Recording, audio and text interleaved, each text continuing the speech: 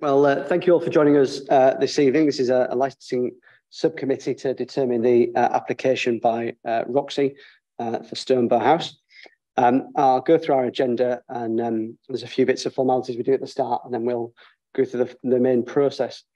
Hopefully you've all seen the agenda, the process we'll go through, but I'll explain very briefly, and if people have got questions, do ask. But we'll give the applicant, we'll give the licensing manager time to present the application to us. And at that point, people will be able to ask questions of Leslie, clarification questions. Then we'll give the applicant time to present their case, and then questions from representors. It goes a bit back and forth. Then we go to the representors. Questions, you make your statement, and then there's a chance for questions from the applicant to you. And obviously, in between all this, we'll ask questions at each point as well. And then we sum up, we come back through all the representors, and then we finish with the applicant. So hopefully that makes sense, but it's in the papers, but it's relatively straightforward, much more straightforward actually than it sounds when we explain it. Yeah. Because the main matches are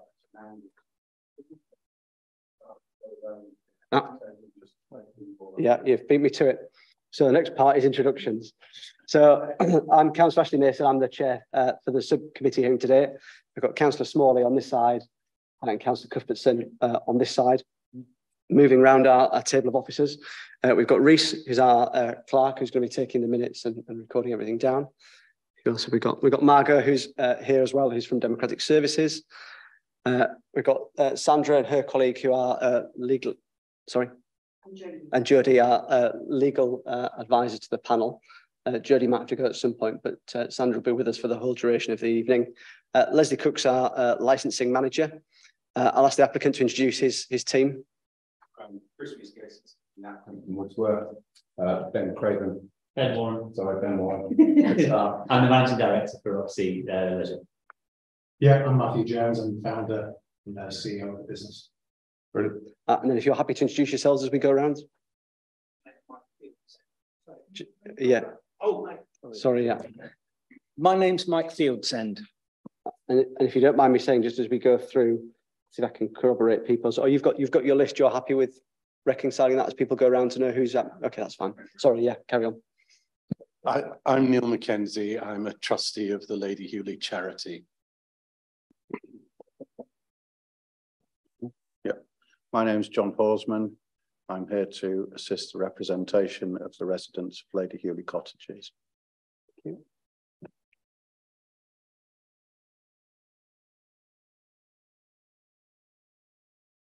I'm Ray Mould, and I'm representing the other residents as well as myself of the Lady Hewley cottages. Thank you. I'm Julia Weston, and I'm representing the residents of St Saviour Gate. Thank you. I'm Martina Veitch. I'm representing your Green Party. Thank you. And like we said, we're still waiting for Leonie Scott, so hopefully she'll join us at some point.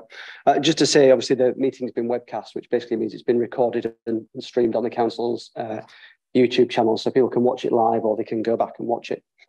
So obviously, we can't do any kind of editing, so polite language and everything else as we go. Right, item 3 for us is declaration of interest, which is for the councillors. Nothing from me to declare. Anything from you? No. Anything? No, nothing from me. Super. An exclusion of the press and public. And what this means is that we make our decision in private. So we'll hear all the information, all the representations in a public forum in this meeting, which is been webcast, and then we'll make our deliberations in private. We then will come back and give our reasons and our decision in public, but it just means for that private decision-making point, that's our private time with just our legal advisor to make that decision. Right, next part is for me to sign off 3 lots of committee minutes. Has anybody or the panel got any objections to signing those off? I wasn't on any. But... I think I was on 1. Any objections? Super. I shall do that after the meeting. So we get onto the determination of the application. I've run through basically the process, and the first element of that, like I said, will be Leslie presenting the report. The standard timing for you all to present your case is 15 minutes each. I think you'd probably think it's fair that if the applicant needs a little bit longer, I'm happy to give that, given there's a lot to cover in a short period of time. So do you think you might need any longer than 15 minutes? Super, that's brilliant. Right, so I'll hand over to Leslie Cook and she'll walk us through the application. Thank you, Leslie. Thank you, Chair, and good evening, everybody. So this is an application for the grant of a premise licence for Roxy Ballroom, Stonebow House, the Stonebow, York. The licensable activities applied for are films and recorded music indoors from 10 AM until 11 PM, Monday to Wednesday, from 10 AM until midnight, Thursday to Saturday, and from 10 AM until 10:30 PM on a Sunday. Late night refreshment indoors from 11 PM until midnight, Thursday to Saturday. Supply of alcohol on the premises from 10 AM until 11 PM, Monday to Wednesday, from 10 AM until midnight, Thursday to Saturday, and from 10 AM until 10:30 PM on a Sunday, with opening hours from 9 AM until 11:30 PM, Monday to Wednesday, 9 AM until midnight 30, Thursday to Saturday, and from 9 AM until 11 PM on a Sunday. With non-standard timings for New Year's Eve, this shall be extended from the start of permitted hours on New Year's Eve, from the end of permitted hours on New Year's Eve until the start of permitted hours on New Year's Day. And for statutory bank holiday weekends, that's the Friday, Saturday, Sunday and Monday. And for the Thursday before Good Friday and for Christmas Eve, the finish time will be extended by 1 hour for each of the licensable activities. A full copy of the application and the plan of the premises can be found, well, the plan of the premises can be found at the Annex 1 of the report. A full copy of the application was published as an agenda supplement that has been circulated around all parties. The premises is described in the application as a competitive socialising venue offering various games such as pool and ping pong with the bar and kitchen. This premises is already licensed. It was licensed at a subcommittee in November 2018 to Try Markets Hall, York Limited. That operator never developed the premises or opened it, but that license is actually still in force. It's suspended, but it is still in force. And if anybody is aware of that area, since 2018, Co-op Supermarket has operated from part of the ground floor of that premises under a separate premises licence. An overview of the circumstances which entertainment activities are not licensable can be found at Annex 2. As part of the application, the operating schedule submitted by the applicant showing how the licensing objectives would be met can be found at paragraphs 10 to 14 on pages 34 to 39 of the report. I can confirm that the premises is not located within the community impact assessment area and that the consultation process was carried out correctly. There are no representations before you today from responsible authorities. North Yorkshire Police has mediated with the applicant who has agreed to amend the operating schedule. The agreed conditions can be found at Annex 3. The City of York Public Protection Team has mediated with the applicant who has agreed to amend the operating schedule. The agreed conditions can be found at Annex 4. There has been 38 relevant representations from other persons. The representatives' details can be found at Annex 5 and the I will start that line again. The representations are predominantly based on the grounds of prevention of crime and disorder and public nuisance. Their full representations can be found at Annex 6. A map showing the general area around the premises can be found at Annex 7.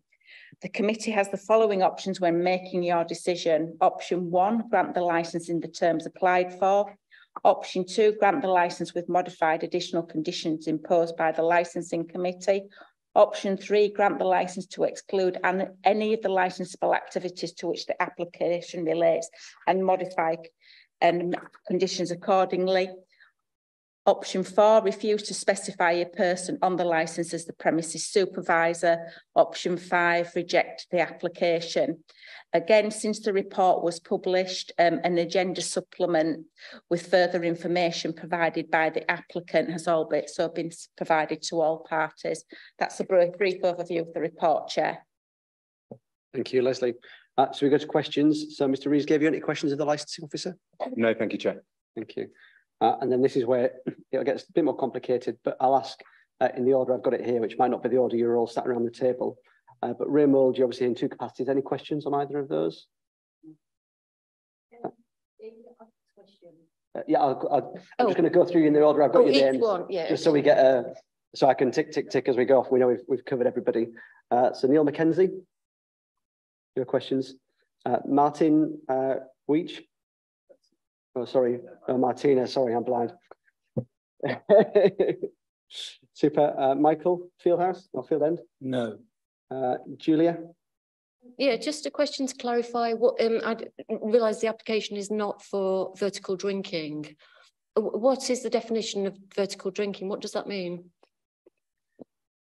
A vertical drinking establishment would be a pub or a licensed premises where a majority of the people within it would be standing around drinking their glass of wine, pint of beer, etc., not necessarily sat around at tables.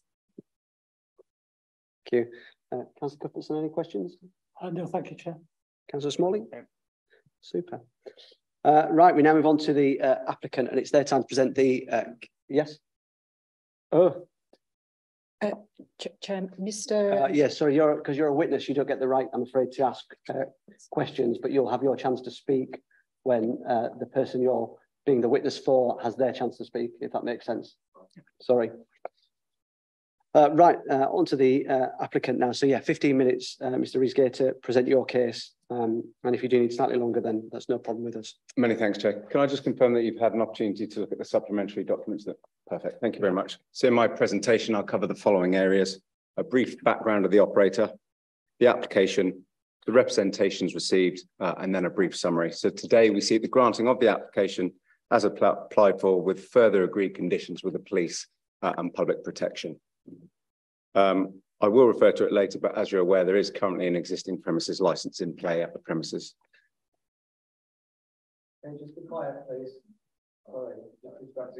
By way of background, and as contained in the information pack at page 19 of our supplementary documents, Roxy Leisure as an operator is the operator behind Roxy Ballrooms and has been established since 2013.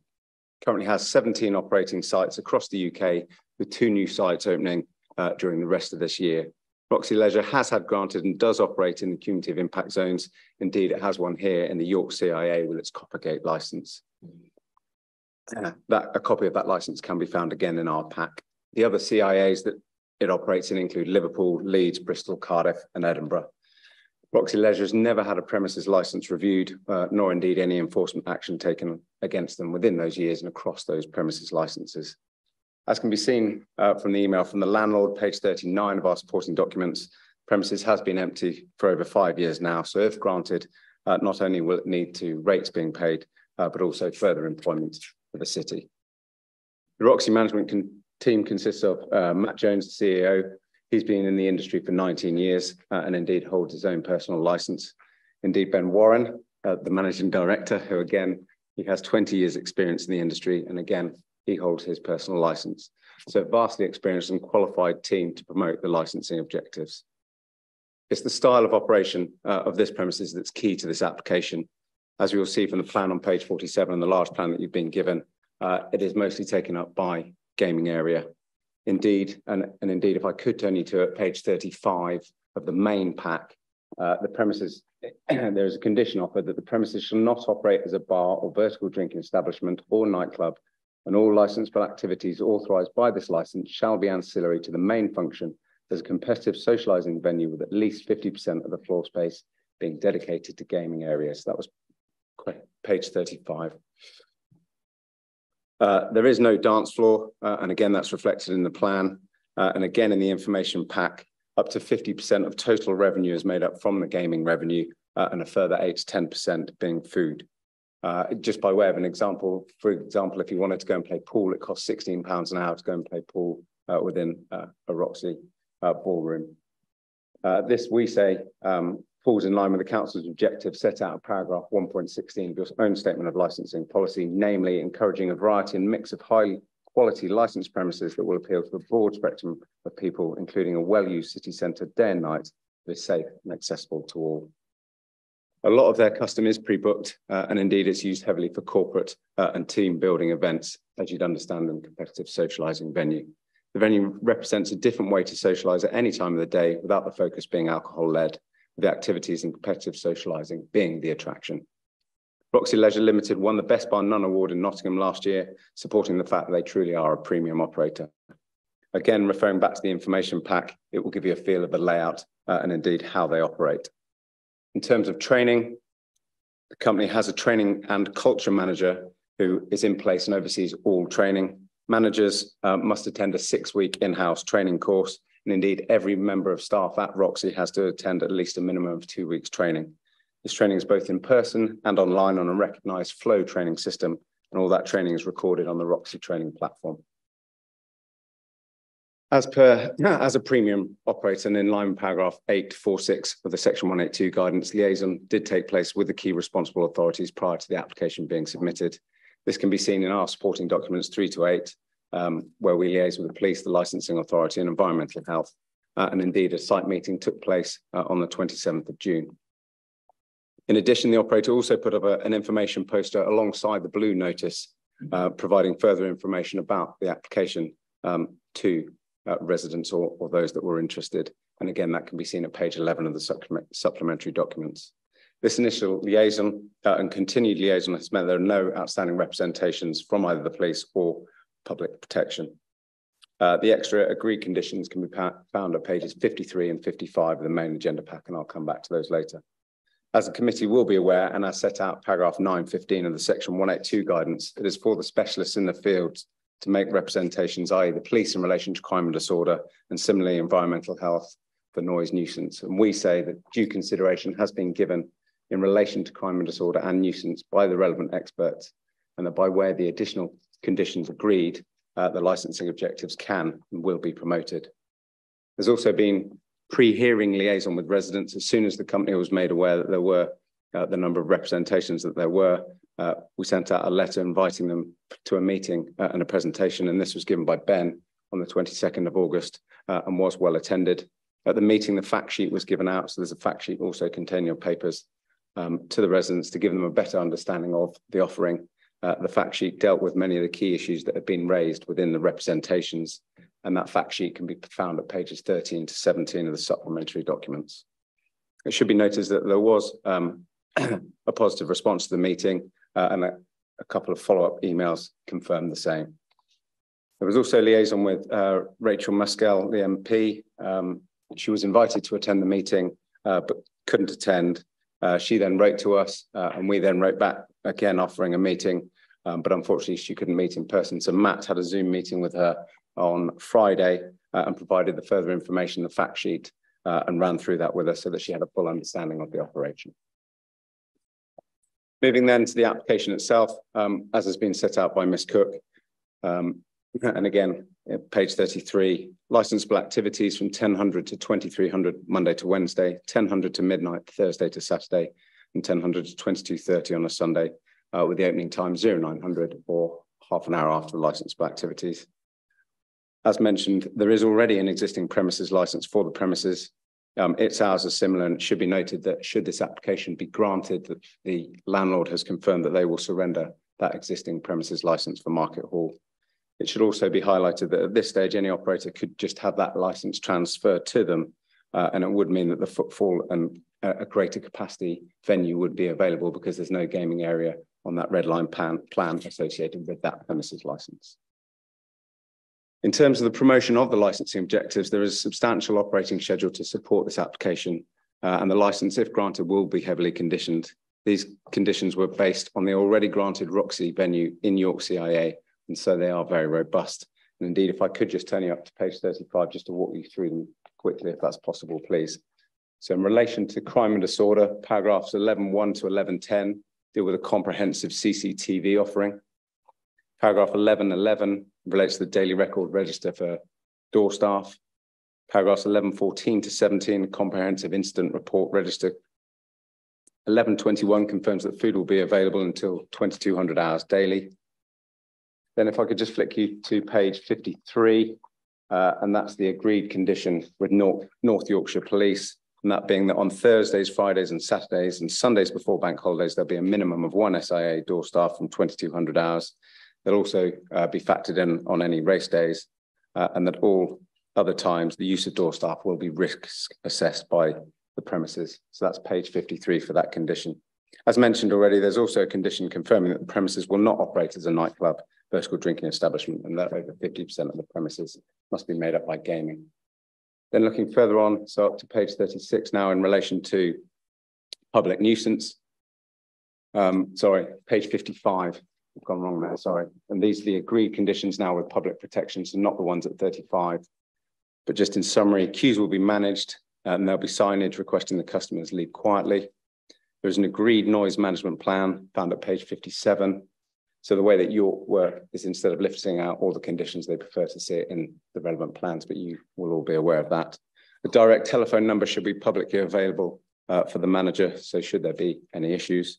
There is an agreed dispersal policy, again, that can be found at page 59, and that all music shall be played through a noise limiter with the levels agreed and set by public protection. Of note, a noise impact assessment was conducted and sent to public protection for review, which assisted in the agreeing of these conditions. In terms of the protection of children, there is a challenge 25 offer for that. Turning then to the representations, there were 38 in total. I won't go through any in detail, but instead we'll deal with the main themes. And they were, if I could turn you up to our fact sheet, which is page 13 of the supplementary documents, dealt with there. So that's pages 13 to 17. So in terms of style of operation, as I've mentioned, there is the condition offered in relation to 50% of the floor, no vertical drinking. It's not a nightclub.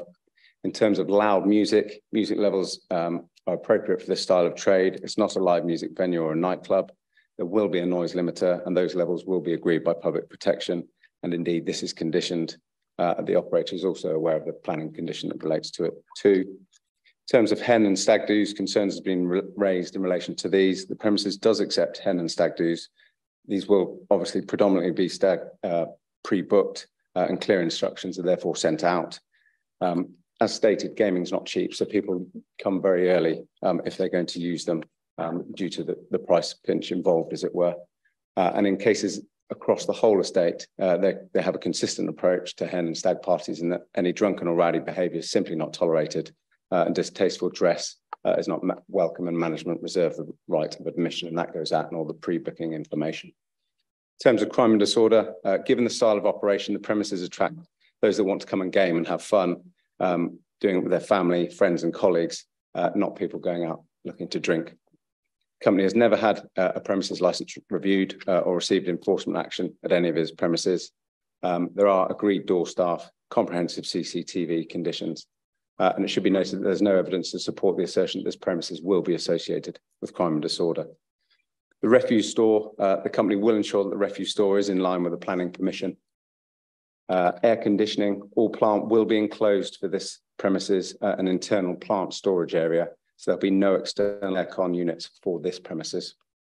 Noise concerns, there is a specific noise management plan that has been agreed with public protection.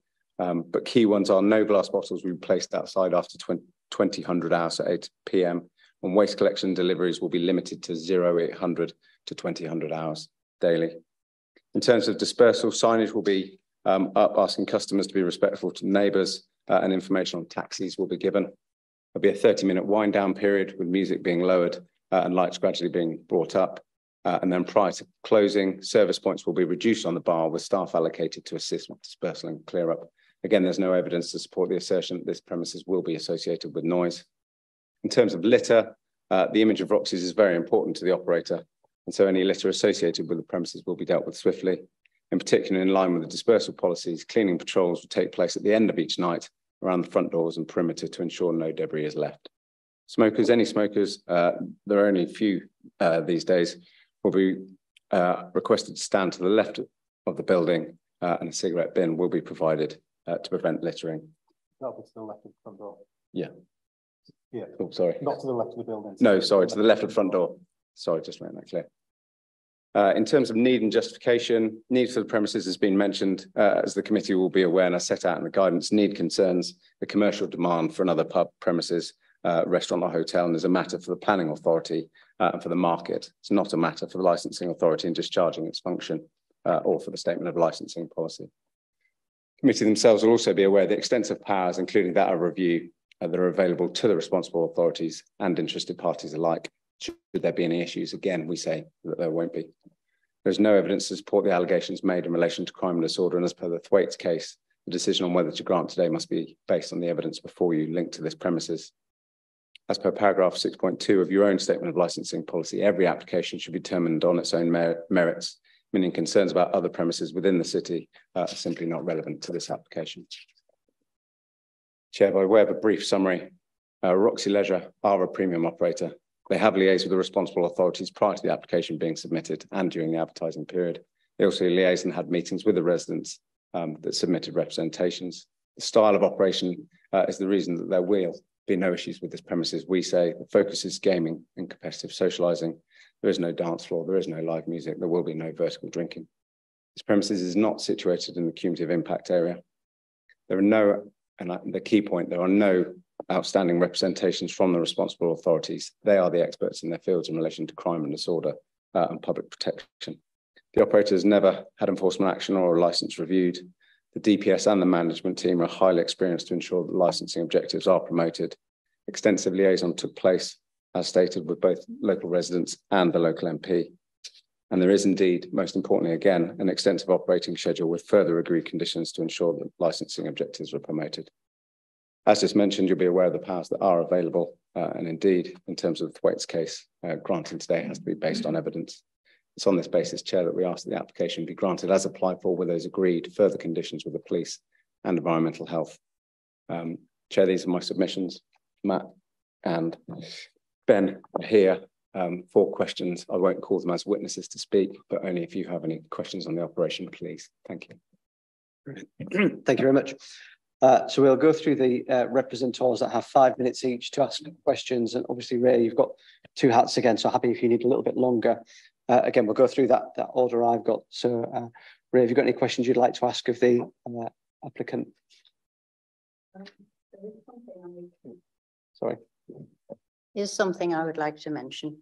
There isn't anything in the presentation that you gave to us when we came about people being sorry, when people being taught how to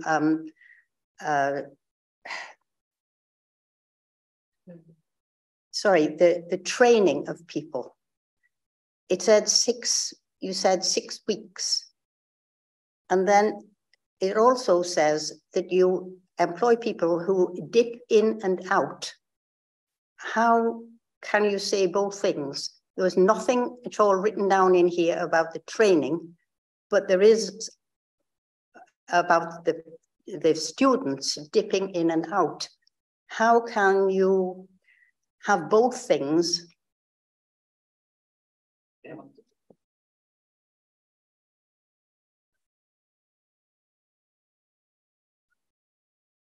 So, hi, nice to see you. So as with all hospitality, we pride ourselves on the fact that we spend a lot of time with young people, guiding their careers and taking a lot of time with them while they're in university, having left school and in their early parts of their life.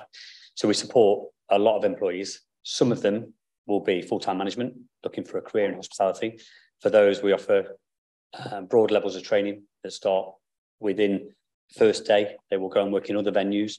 They will work with our senior general managers in other cities, venues that we feel have got, exemplary sort of trade standards and manager levels, so they can learn off what we consider to be our most experienced managers. The staff then that work in the site, we send a training team into a new site. The training team will be worked with for every single member of staff, get 2 weeks training full time. So that's 37 hours a week. It's not just a couple of hours a day. And all the team go through the same training. The training team are a national team. So because we're on a rollout program at the moment, we have a full-time training team that work with these teams. So they go city to city. So they become quite experienced in the way that various different cities work, and they're able to adapt or learn for new cities and anything that licensing may take into account, or trade levels, or the way that the cities are.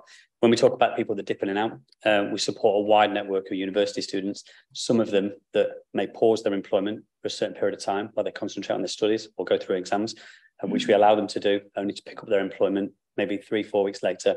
Or some people that work 3 to 4 days a week may drop down to 1 day a week, hence dip in and out, or go home for a long Christmas period, as we're often told, and go home to see families at Christmas and during the summers. So with those employees, especially with the university students, they may finish at the end of May, June, go home back to their local towns, and then restart their employment and again in September. And again, they'll be refreshed when they come back. But that hopefully explains the dip in and out process of some of the staff. So just for clarification, it was the management team that would have the 6 weeks training, and then every other staff member as a base level gets 2 weeks training, and then they can dip in and out. So why wasn't that mentioned in this?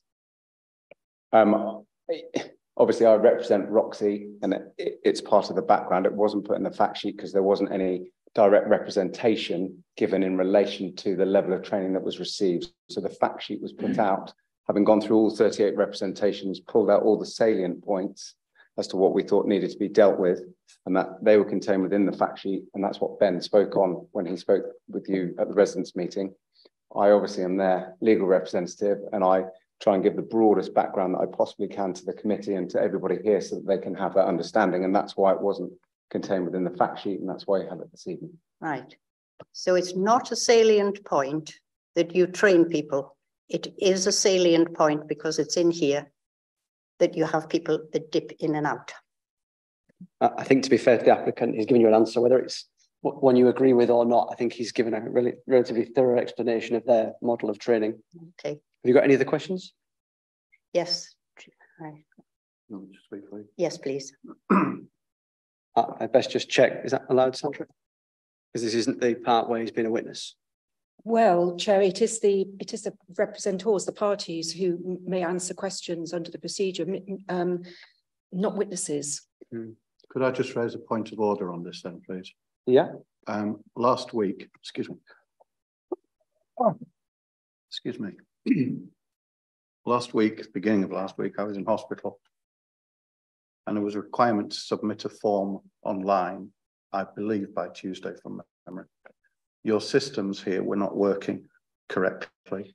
I had problems getting through on the telephone automated system, which again was malfunctioning, and tried to speak to Sarah Butcher, Ian Floyd's PA, about it, but she is on leave last week.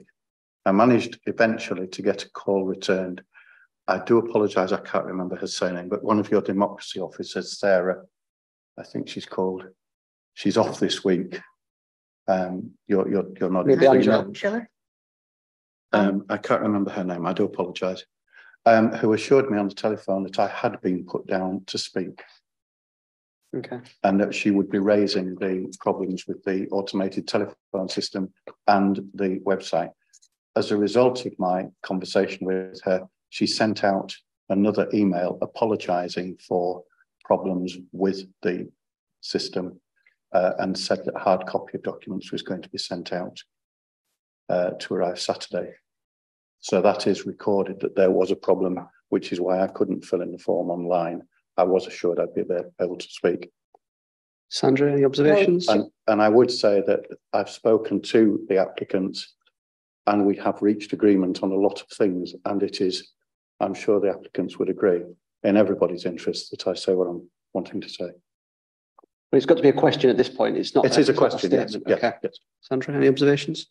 Well, Chair, only representors can be a party to a hearing, and only they may register to speak at a hearing. Mr. Horseman, as I understand it, has not made a written representation, and therefore I wasn't able to. Is not a party.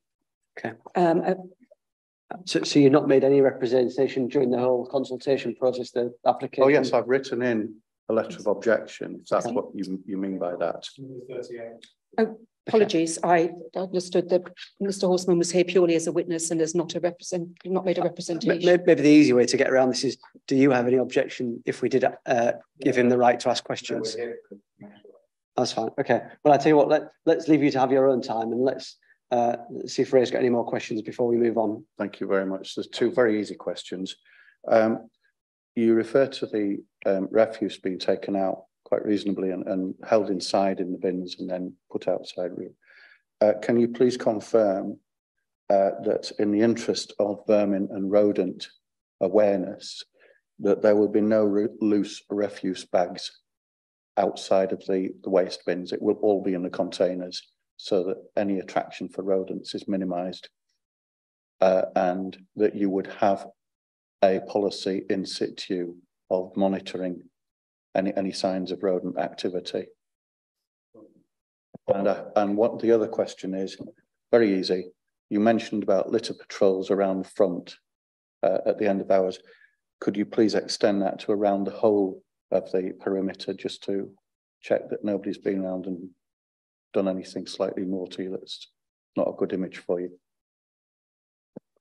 Yeah, hi, thank you, John. Yeah, absolutely. It's actually an EHO compliance issue that you always have to have bins with lockable lids, usually. So you're not allowed to put any bin bags on the floor. I think the fines reach up to nearly £5,000 these days if you get caught with a bin bag on the floor. So it's absolutely not in our interest to be putting bin bags on the floor. So it's a big point. You can imagine we operate in some pretty big cities all around the country. And the problem we do get is when bins are on the street and not in a lockable area, obviously you do get people going through the bins, breaking the locks, and then pulling the bin bags out. We're hoping to obviously mitigate that with either having the bins internally stored or definitely in some kind of lockable area, stroke container. When we refer, so yes, we definitely not going to be we won't be putting bin bags on the floor. In terms of litter patrols, our understanding is our premises is the whole of the Prince William building, not just our front door, where the deliveries would come through the back fire exit. We've got a responsibility. I've seen the children myself walking, back and forth to the dig. It's our responsibility to make sure that it's clean at all times. Ray, do you have any more points to raise or any questions to ask? Super. Okay. Neil, any questions? Just the one question, and that is, I'm particularly concerned about the noise of deliveries and collections of bottles and barrels. I used to work next door to a pub, and the barrel delivery and bottle delivery were extremely noisy. And so I just wondered how many deliveries and collections you actually envisage in any 1 week.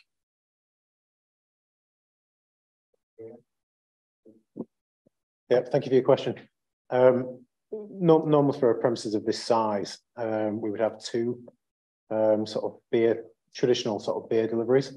That's with the kegs, coming off the wagons. As we put in the noise mitigation circumstances, no, we're not allowed to take any deliveries before 8 AM on a morning. So all deliveries should be between 8 AM and 8 PM. But we envisage, other deliveries such as food deliveries, that there obviously should be there should be no issue in terms of noise. But in terms of beer deliveries, we would have thought two a week, really. Right, thank you. Thank you. See page 57, the agreed noise management and management plan sets out those plans that were discussed. Brilliant. Martin, any questions? Yeah, I've just one question at this stage. You said, I think, in your presentation that the sale of alcohol and drinking wasn't the main purpose of the enterprise. Have you any indication as to the proportion of the total revenue that will come from alcohol? Yeah, sure. So unlike a normal pub where people will, that is their sole reason for visiting the pub is to buy an alcoholic drink. For us, people come in to buy the gaming table and they will buy the drink as an ancillary. As you can imagine, if somebody's playing pool for an hour, they're probably going to consume 2 drinks, you know, a drink every half hour.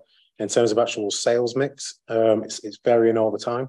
We're actually seeing a drop in alcohol sales in the last 12 months as gaming revenues have stayed pretty flat. Actually, alcohol sales have dipped off, which kind of, I think, is an indication of the economy at the moment, which is people are not buying that extra drink as they go. Current stats as of today, we're sitting around 50% gaming revenue, 10% food, and 40% alcohol. That's as of today.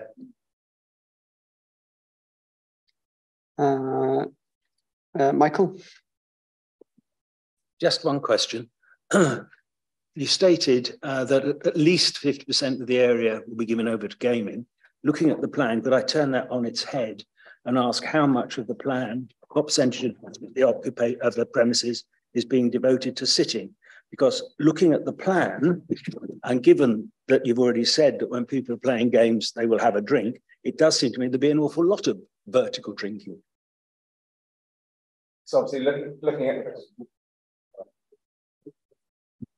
looking at the plan, you wouldn't put seats naturally around pool tables with the gaming area. So obviously the bottom left-hand area is the pitch and putt, for example.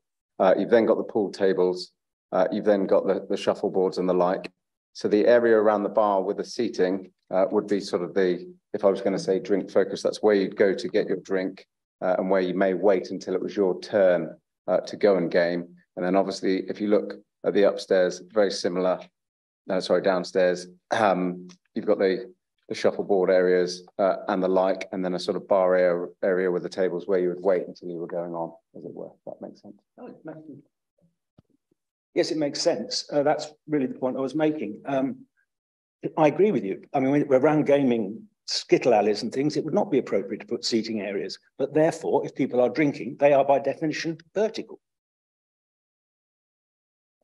As per Miss Cook's explanation, sort of vertical drinking licensing terms is those going to a pub with their friends to stand up and drink there, whereas people attending Roxy's will be going to bowl, to play pool, to game, rather than to stand around and drink. And that's the difference between the sort of vertical drinking associated with a pub, for example, versus what's going on here. Except if a group are playing at a Skittles alley, they're not all going to be bowling at once.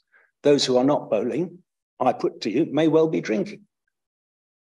Yes, socially they may well be having a drink as well. Yeah. Thank you. That was the. Oh, yeah, sorry. Or obviously eating here at the venue as well with the food offering. I was just going to say I totally understand the point that we're trying to get here at, and it is a technical licensing point. I think that legislation, specific legislation for competitive socialising venues, is a bit of a grey area. By nature of the business, you're quite right. When somebody's playing pool, they're going to turn around and have a drink. By nature of them standing up and playing pool, they're going to be standing. I think, as we're sort of trying to allude, I think in licensing terms, that word vertical drinking is more put towards the music bars and the nightclubs where there's nothing else to do apart from stand around and drink. And I think this is where this grey area, that there's no legislation for competitive socializing businesses. Yes, there is people standing around drinking, but I think the actual technical term is regarded that it's more for those late night bars and nightclubs where there isn't anything else going on. Chair, sorry, if I could just allude on that point. Again, you will be aware that obviously we've liaised with the police in relation to that, and it's future-proofing the licence to ensure that that red line area doesn't turn into a nightclub or a drinking establishment. And that's the reason why those elements have specifically been put and agreed with the police in order that the premises does remain gaming led, as it were. I think we get the point you're making in terms of how the space is used. Julia? Yeah, thank you. Sorry, just back to the bins again. I just wondered whether or not you knew about the condition that was in the planning of the previous application. I know we've had an exchange on it. that the bins are to be stored within the building? Yes, yeah, thank you. So I've been back to the landlord on this point, and they've pulled out the relevant planning permission, and I agree with you that the bins have to be stored inside the building. That's my interpretation of the planning permission. The landlords have obviously tried to demise us the bin yard, which is the, you know, underneath the ramp at the minute, as our bin store. The deeper we've looked into it, there's a contradicting thing on the planning permission where it shows the bin store as being external. And this is when they did the planning permission, I think in 2018. I think it was 2018. But on the plans, it shows the bin store is internal, but then I think it's condition 19 states the bins for the commercial units have to be stored inside those premises. So there's kind of two contradicting things going on there. But I think we're planning on putting the bins inside, basically. Yes, that's the safest option for us. Certainly the condition of the Tri-Market Hall's permission was that the bins could not be stored outside the building. Yeah. And that's the rules that the co-op are abiding by as well. That's really important to us. Absolutely, I agree. And I think, as we've said, whatever the planning permission says, that's definitely what we've got to abide by, and we will abide by. Okay. And then another question we don't seem to be able to get a straight answer to: what's the capacity of the venue? What's the max capacity of the venue for fire purposes? It's linked to the fire risk assessment, and I'm not sure if that's been specifically undertaken yet, obviously because the layout hasn't been determined, if that's correct. Yeah, okay. Correct. There's two things here. There is the fire capacity, which is the legal capacity. But then there's actually, when we design the venue, you've got to build it where you've got enough sort of toilet provisions and facilities. And we've designed this venue to be a maximum, of 400 people. Now, the reality is we've got footfall counters in most of our venues, and it's very, very rare that we tip over 70% capacity. Could you tell me what the fire capacity of the venue is, please? We haven't done a risk assessment yet. I don't understand how we can know how many people are going to be in there drinking if the fire capacity is not yet known. Because we know from Tri-Market Halls that it was 1,000, and this is a license that could potentially transfer to another operator in the future. So it's really important to us to know the venue capacity rather than your. So the building regs. So the licensing drawing has been done to a building reg standard, and the key thing here is that the toilet provisions limit our capacity. So we've designed our toilet provisions to hold a maximum of 400 people. So without redoing the toilets and, you know, putting more in there, that is kind of the determining factor.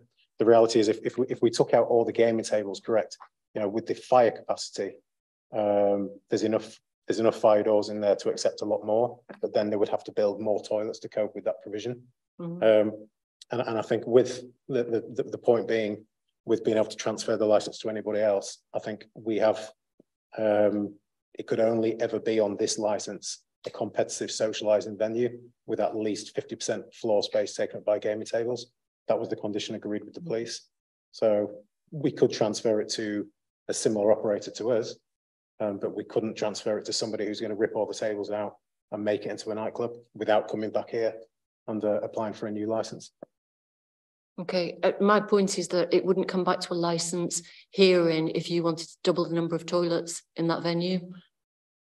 So that's the way that we're thinking as residents. It would have to, because you'd have to, in order to vary the plans at any stage, you'd have to go through either a minor variation process, which the council, if they weren't happy, would lift up to a full variation if you're going to do that. So it certainly would come back to this if it wasn't, if anything untoward was taking place.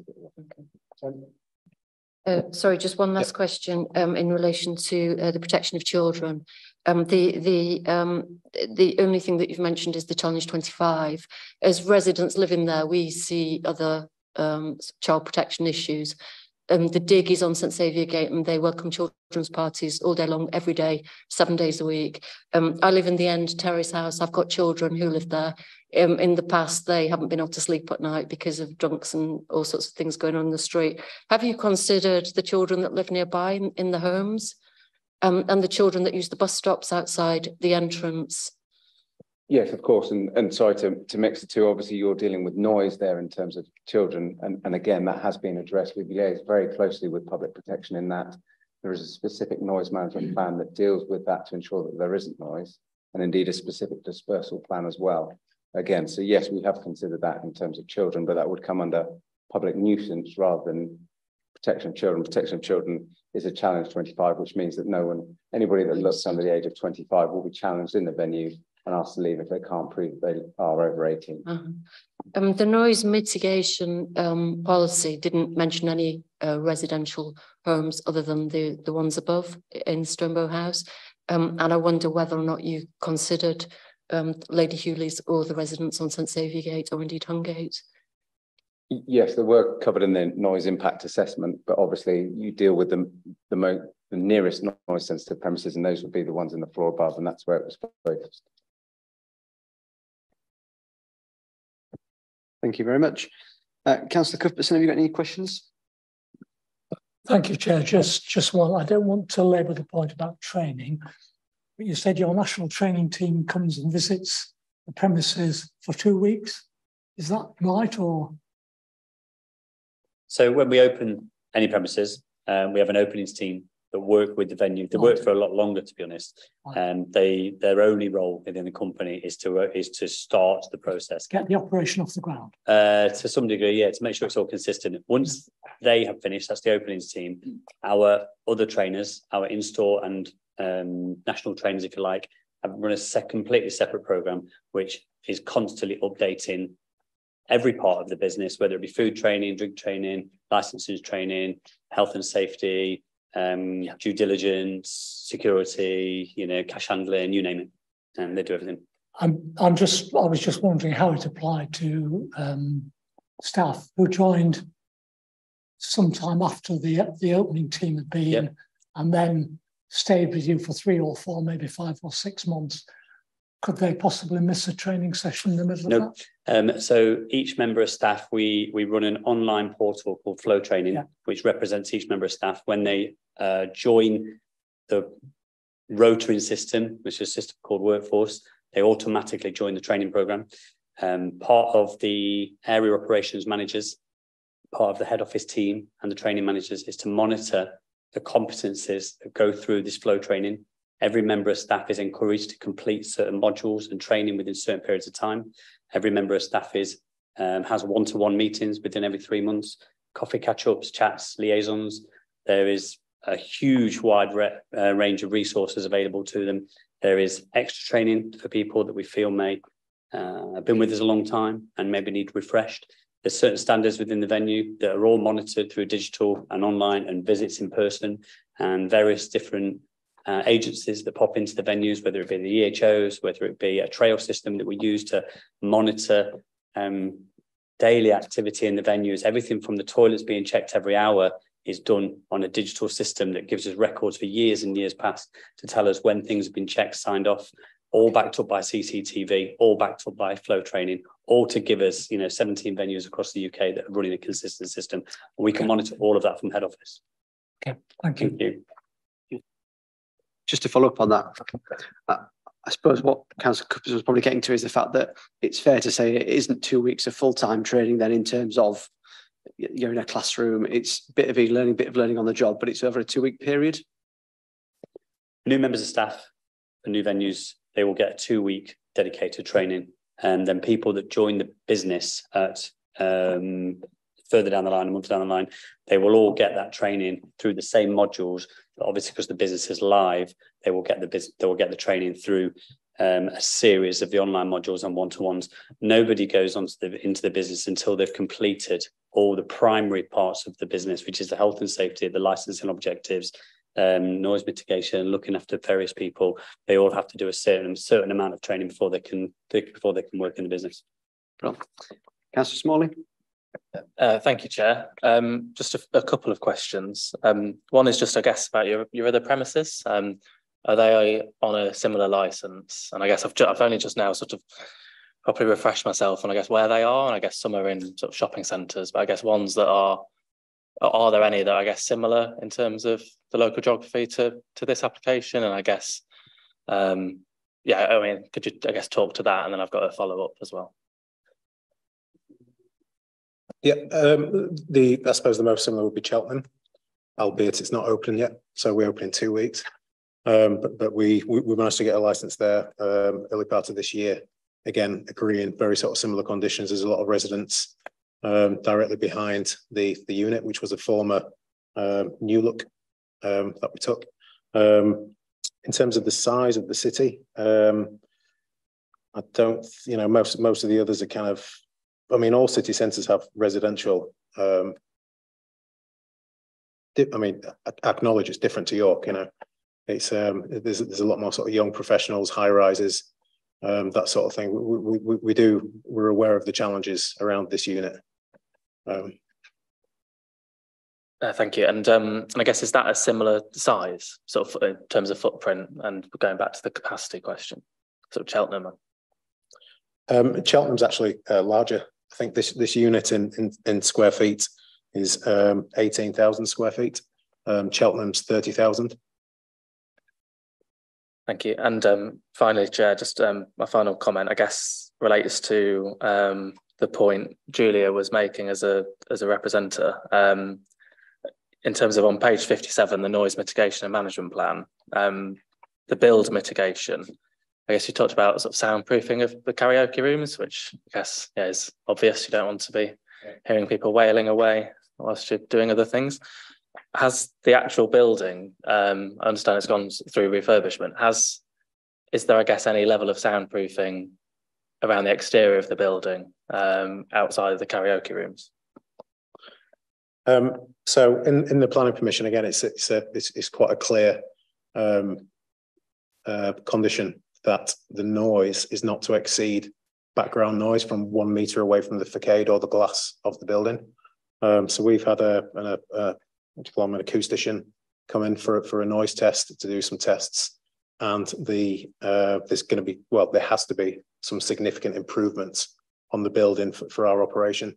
This is to protect people from the front, the back, the side, above. It's already quite well insulated, but like I say, we're going to go above and beyond. We don't want to be coming back to have to do extras. So yeah, we've retained an acoustician who's got a very thorough building report on exactly what we need to do to the building to ensure we meet that planning condition. Which is, again, the AHO picked up on that as well. Sorry, just to confirm, that all went to Michael Golightly as part of EH. He had that noise impact assessment that covered those elements and the mitigation points, and hence we're not duplicating today because he was satisfied, having seen the report, that it would be dealt with. And just to make sure I understand your point was more about noise of people chatting out once they've left the venue. So I do, yeah, appreciate both points in terms of noise internally and externally. But thank you. Thank you. I had a similar question really about operating in residential areas, which I think you've probably covered. I suppose in terms of the plan, if you were successful in getting a license, is the plan to bring in an experienced manager that's run a different one of your other venues, so it's someone that understands the operation? There's a lot of people that really like York, and there's people queuing up to work here. You know, both inside the city, people that have been from the city, and people that, you know, are local to Leeds. So yeah, we're not short of applicants to come and work in York. Yeah, I suppose I'm seeking reassurance in some way that you could, all with the same somebody experience. Who's experienced in this style of operation. Yeah, so when we look for, there's currently a manager in Leeds that probably 10 years experience working in bars and managing bars, been working with us for the past sort of 18 months that would look to move across. And we have all of our team have been with us a long time. We're lucky enough that we've retained a lot of staff and a lot of managers over the years. So, and if we've ever had a case where we've needed to maybe load up the experience. So in Edinburgh, for example, we talked about cities similar.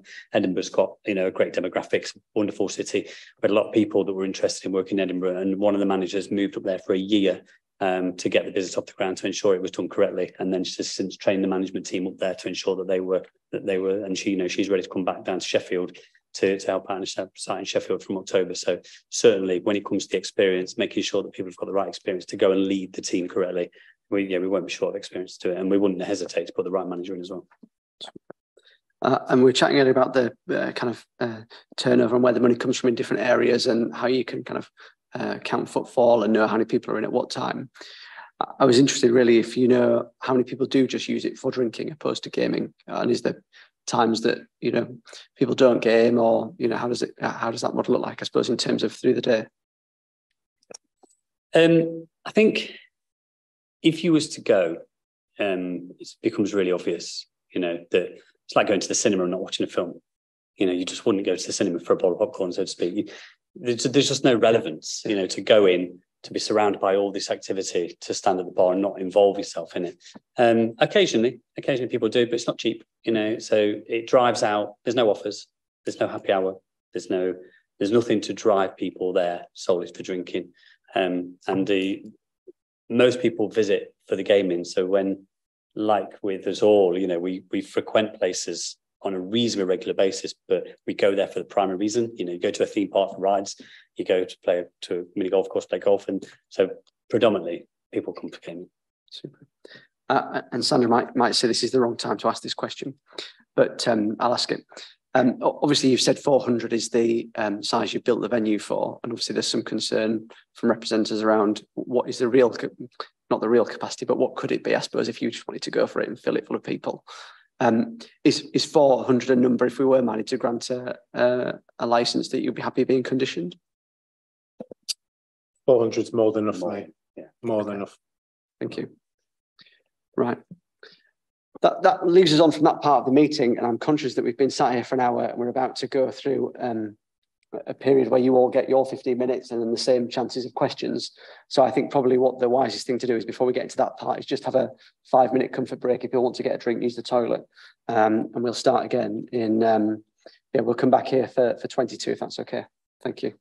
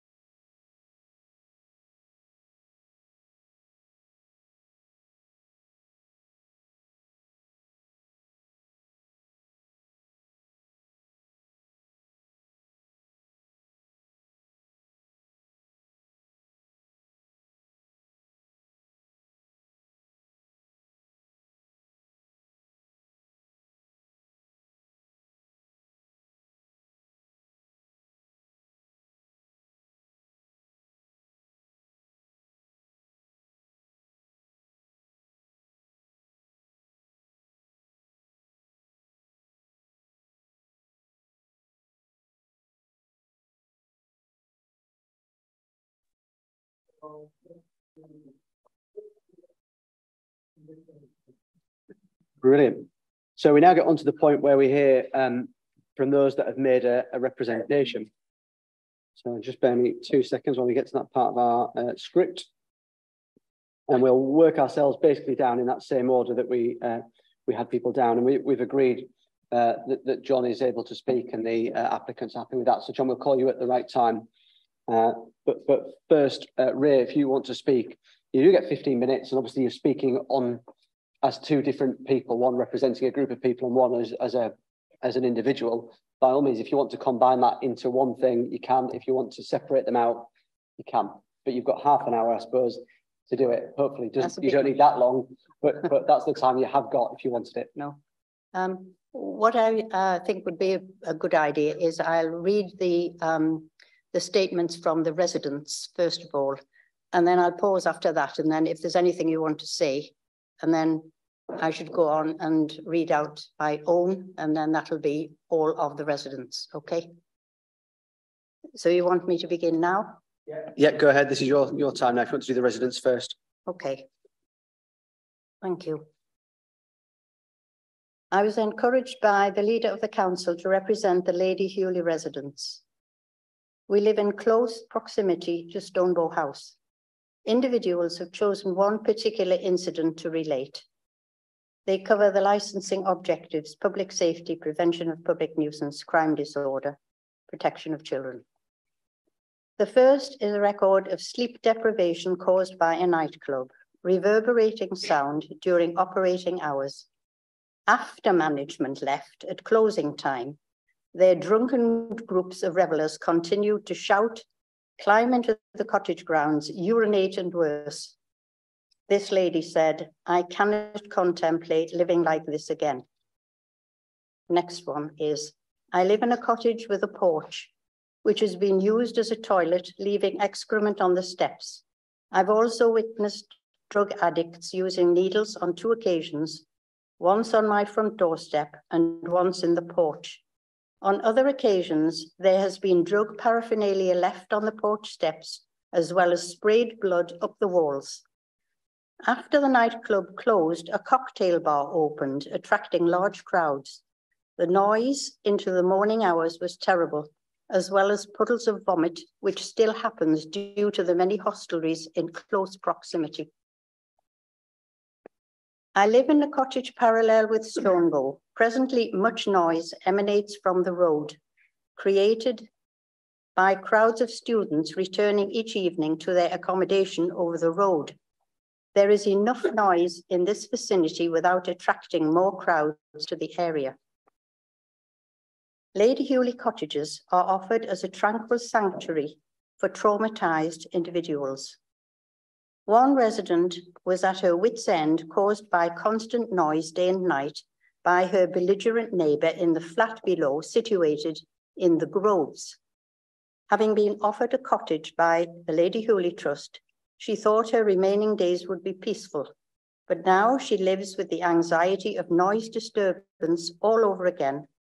The thought of needing to move after just 2 years she finds highly disturbing.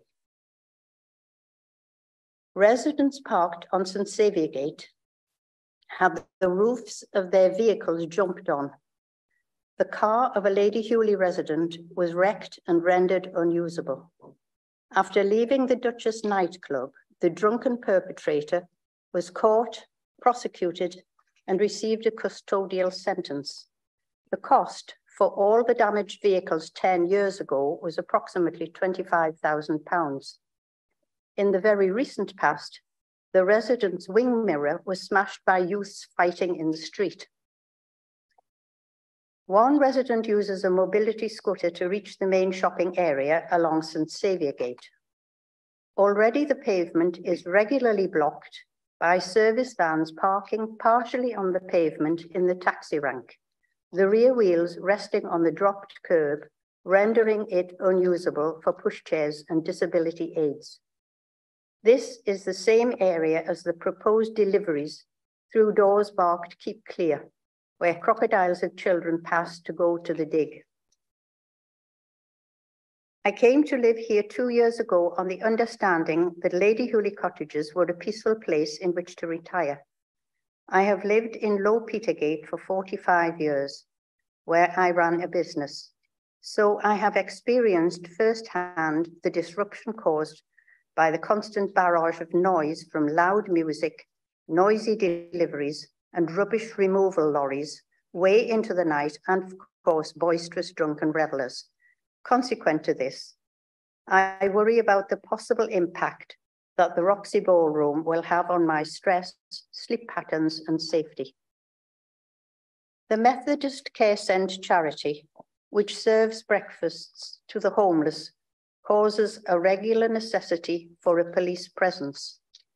Every resident has noticed an increase of fractious activity over the past year caused by the homeless.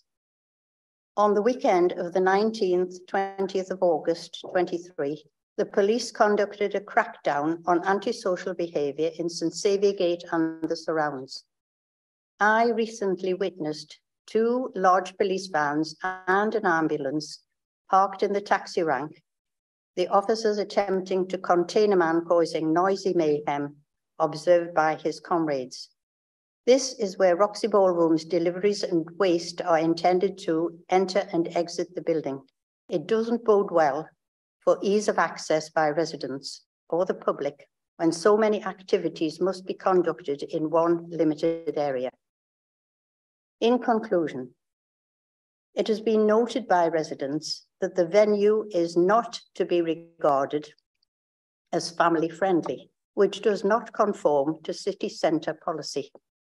They also wish to state that should this application be approved, there can be no balance of benefit.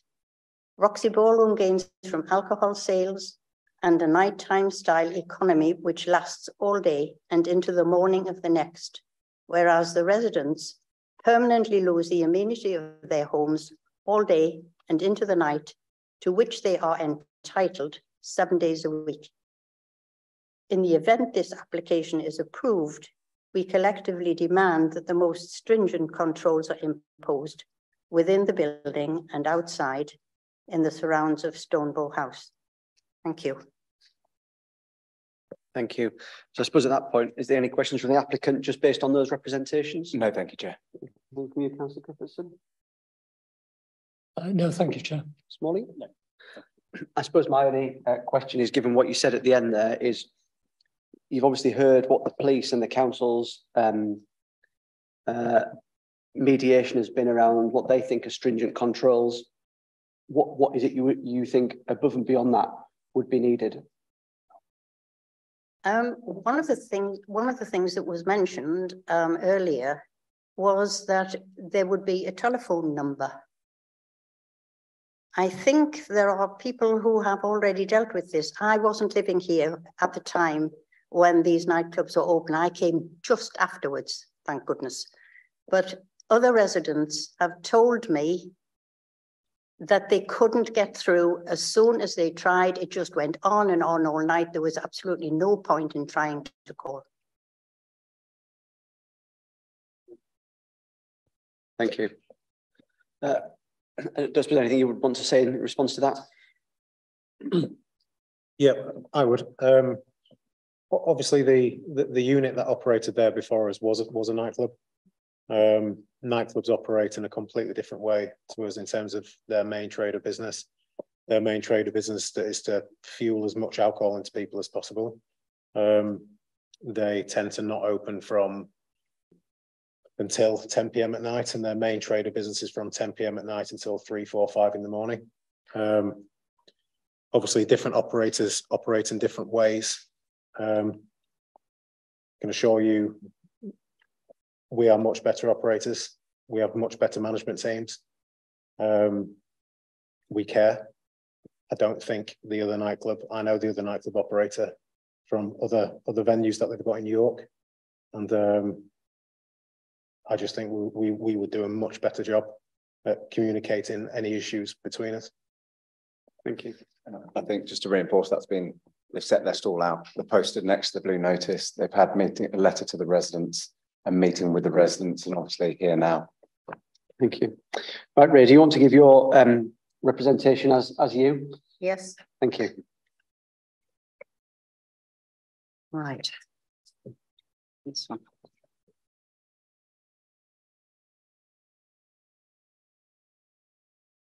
It's noticeable that the applicant has disregarded the fact that there is a row of arms cottages specifically built for the elderly within yards of Stonebow House. At no stage during the application has this been acknowledged. On the occasion of Roxy Ballroom's invitation to attend a presentation to allay our concerns, we had not been informed where to enter the premises. We certainly had not expected the necessity to find our own way to enter through the proposed delivery doors on St. Saviour Gate. No forethought had been given for the provision of seating. The majority of residents attending were elderly. A number noticeably disabled, unable to stand, said they would have to leave. One two-seater couch was hastily provided, which was totally inadequate, confirmed by the number of disabled resting on a window ledge or against handrails. Standing uncomfortably for well over an hour gave no opportunity to take adequate notes on the many issues raised. At no stage during the continuing application process has the question of care of the elderly been addressed. Residents who agree now to Roxy Ballroom's approval, but later realise their mistake, have the opportunity and ability to purchase alternative accommodation. This is not an option for the cottage residents. The Lady Hewley Trust has done its utmost to accommodate those in need, but the threat to carry out their work is being put at risk.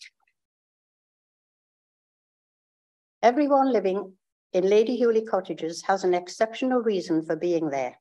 Some have given a partial account. Most have defended their rights of privacy. Most of them are unable to be here because of disability. I want you to hear my explanation. It's personal and relevant to this application. Unable to remain in my marriage of over 50 years, I walked out with one bag and a plan of assistance from IDAS, the Independent Domestic Abuse Service. In normal circumstances, my children would have looked after me, but my daughter died in her mid-20s in 1997, and my son lives and works in Germany. Married friends took me in, my son providing much moral help, a mobile phone and money, as I had none. At the same time, I had need to find a solicitor before going through a contentious divorce. IDAS recommended trauma counselling, which they provided, but after a diagnosis of severe depression, they suggested I be transferred to more experienced practitioners run by the Police Commissioner's Office, their counselling sessions being held at the Centre for Voluntary Services in Priory Street. It's here that I was introduced to John Horseman Consultancy Services through Mainstay Mental Health Charity. During this period, I was trying to find safe accommodation where my husband couldn't find me. Many housing agencies said I didn't qualify as it's regarded as my choice to walk out, and therefore I still had a home. After 6 months of lodging with friends, I was interviewed by the Lady Hewley Trust and offered a cottage on the grounds of homelessness, for which I was and am extremely grateful. Lady Hewley first began accommodating the vulnerable after building her first cottages in Tanner Row in 1700. The present cottages in St. Saviour Gate date from 1840. The Trust continues to carry out the work which she began by helping those who have need of care, which could well be eroded if the application is approved. What I had never contemplated after being granted a cottage was a large commercial industry such as Roxy Ballrooms moving next door into my residential area. I had expectations of a peaceful life in my 80s without the necessity of making representations at hearings on behalf of myself and others. I therefore implore the panel to consider my words carefully and with compassion. Thank you. Thank you, Ren. Thank you for sharing some of your personal story there and your involvement in that area. Any questions from the applicant? No questions, Chair. Thank you. Thank you. Right, if everyone's happy, I'll bring John in at this point to do the thing. Like I said, the applicants agree that they're happy with you speaking. Excuse me. Thank you, Mr. Chairman, and indeed the applicant for agreeing for me to speak.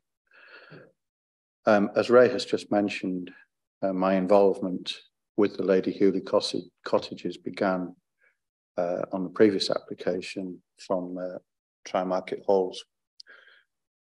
I do a lot of work with vulnerable people.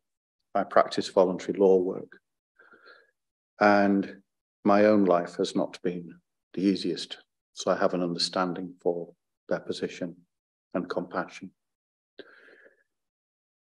I am a devout Christian, so I'm fair-minded down the middle. I will not favour one or the other for the sake of favour. And I've looked very carefully and listened very carefully to everybody I've spoken to. I've had meetings with the residents of Lady Hewley cottages and taken on board what they need to have addressed. The applicant produced a document, a handout, that they've called the Roxy Leisure York fact sheet. I went to the meeting that they had organised with the residents that Ray has just previously referred to and found it very helpful. And I thank the applicant for organising that. It was a good move for everybody. It ironed out quite a lot of anxiety and misunderstanding, which has cleared the air for today a great deal. There are concerns clearly that still exist. And those concerns, whilst the applicant, I am perfectly accepting that the applicant has done their very best to address noise, mitigation, deliveries, refuse. Ultimately, the proof will be in the pudding, as with any venture. And I'm quite sure that with any venture, tweaks will be made appropriately after. And I would like an assurance for the residents that any concerns raised, if the venue is opened, will be taken very, very seriously. Because Ray's story is just one. I've heard others.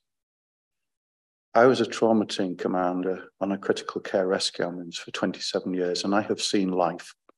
I have seen things that none of you should ever see. And the worst thing that can happen is that people are dismissed, not listened to. And that brings me to the phone number that you refer to. Is this going to be a mobile or a landline?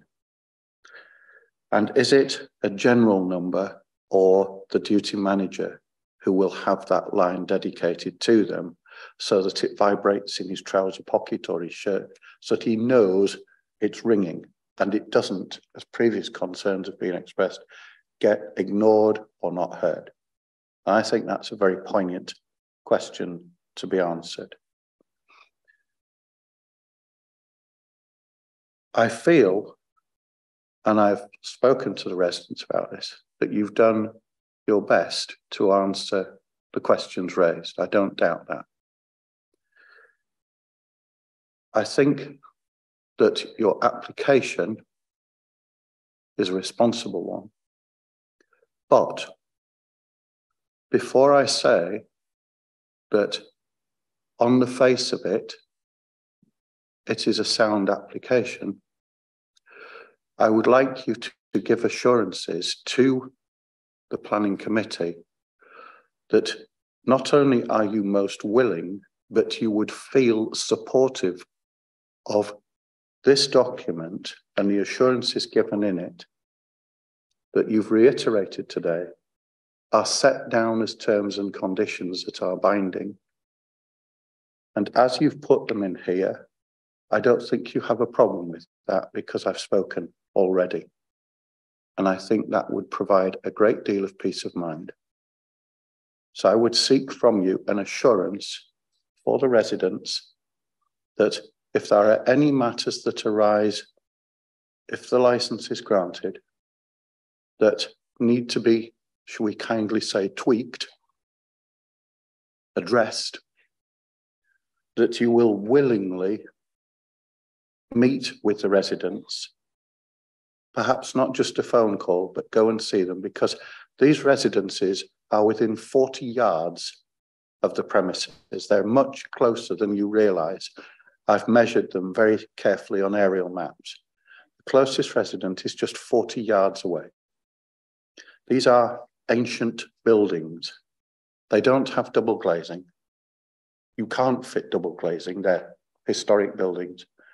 They have doors and windows that have inherent air conditioning fitted by virtue of the gaps around the frames and such like. So there is no soundproofing that can be installed on these buildings. And I ask you to consider that very, very carefully when you come to checking your sound emissions and addressing that. There is nothing the residents can do to self-help. My impression, gentlemen, is that you will do that, and I hope that that impression is well-founded. And I thank you for your time, and I thank the committee for asking me to speak. Thank you very much. Is my piece. Clearly, there's bits you might pick up there when you sum up, but was there any questions you had of the applicant, of the representative? I certainly didn't have any questions, but just by way of clarifications, and I spoke with Mr. Horsman on Friday. Obviously, in terms of the conditions offered, those are the ones that have been agreed and those in the application. Indeed, obviously, those in the noise management and dispersal policy, and they should all sit within the issues that have been raised within the fact sheet. I can't say to you now that everything in the fact sheet is going to be turned into a condition because it just doesn't work that way. So just for clarity, it's what is being offered is all the conditions that have been maintaining the operating schedule, those agreed, and obviously the noise management and dispersal policies. Super. Could I just perhaps come back and say that the application as has been submitted and the amendments submitted do comply with the fact sheet handed out. And so that is why I ask that they are embedded, because they're actually within already. Those were hammered out at the meeting that we had, and I commend you for calling that meeting. Thank you. Right, on to our next representative, Neil. You've got 15 minutes if you would like to make your representations. I'm not too sure there's much else I can add. Thank you very much. What I would like to point out is, yes, it is quite true. I mean, I accept this is not in the cumulative impact area, but St Saviour Gate is up right on the border of the present area, and it's not that far away from a red spot. So I'm just adding to what John has said, that we look to the committee and to the applicant to bear these points in mind. The almshouses were there long before Stonebow House was built. I hope it's not got Arak in it. I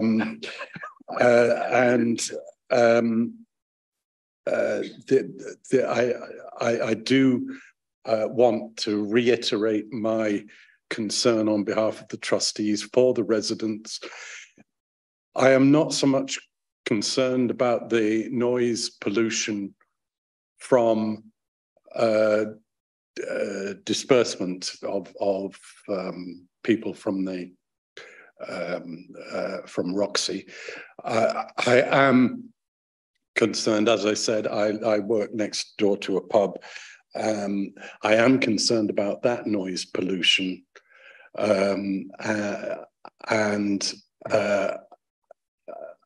If I think in the tri-market conditions, there was some condition that the glass would be crushed inside the premises. I may have remembered that wrongly. But if I have remembered that, I would like that to be considered seriously. The other thing is the rodents. The trustees had to take action with the almshouse waste to, as it were, seal it. And so I trust that the waste will be in sealed containers and so that they are not open to rodent. And I welcome that staff will clean up the premises each night so that health hazard is kept to a minimum. And I think that is all I need to say. So thank you very much, John. And thank you to the committee. Thank you. Thank you. Any questions from the applicant?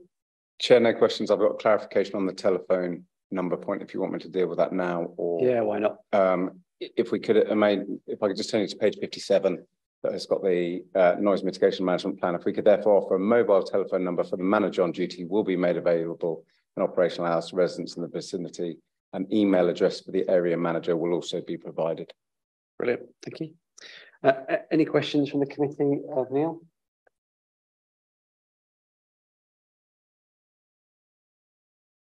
No, I don't think so. Thank you, Neil. No. And likewise, I'm sorry I missed it to give you the opportunity to ask John any questions. Any questions for John?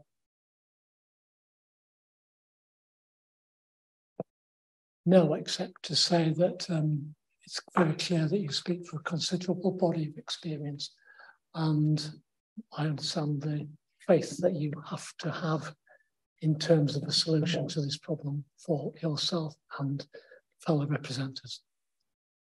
Mr. Smalley? Mr. Chairman, could I just thank you for those comments? I did 27 years of crisis call as well, talking people out of suicide.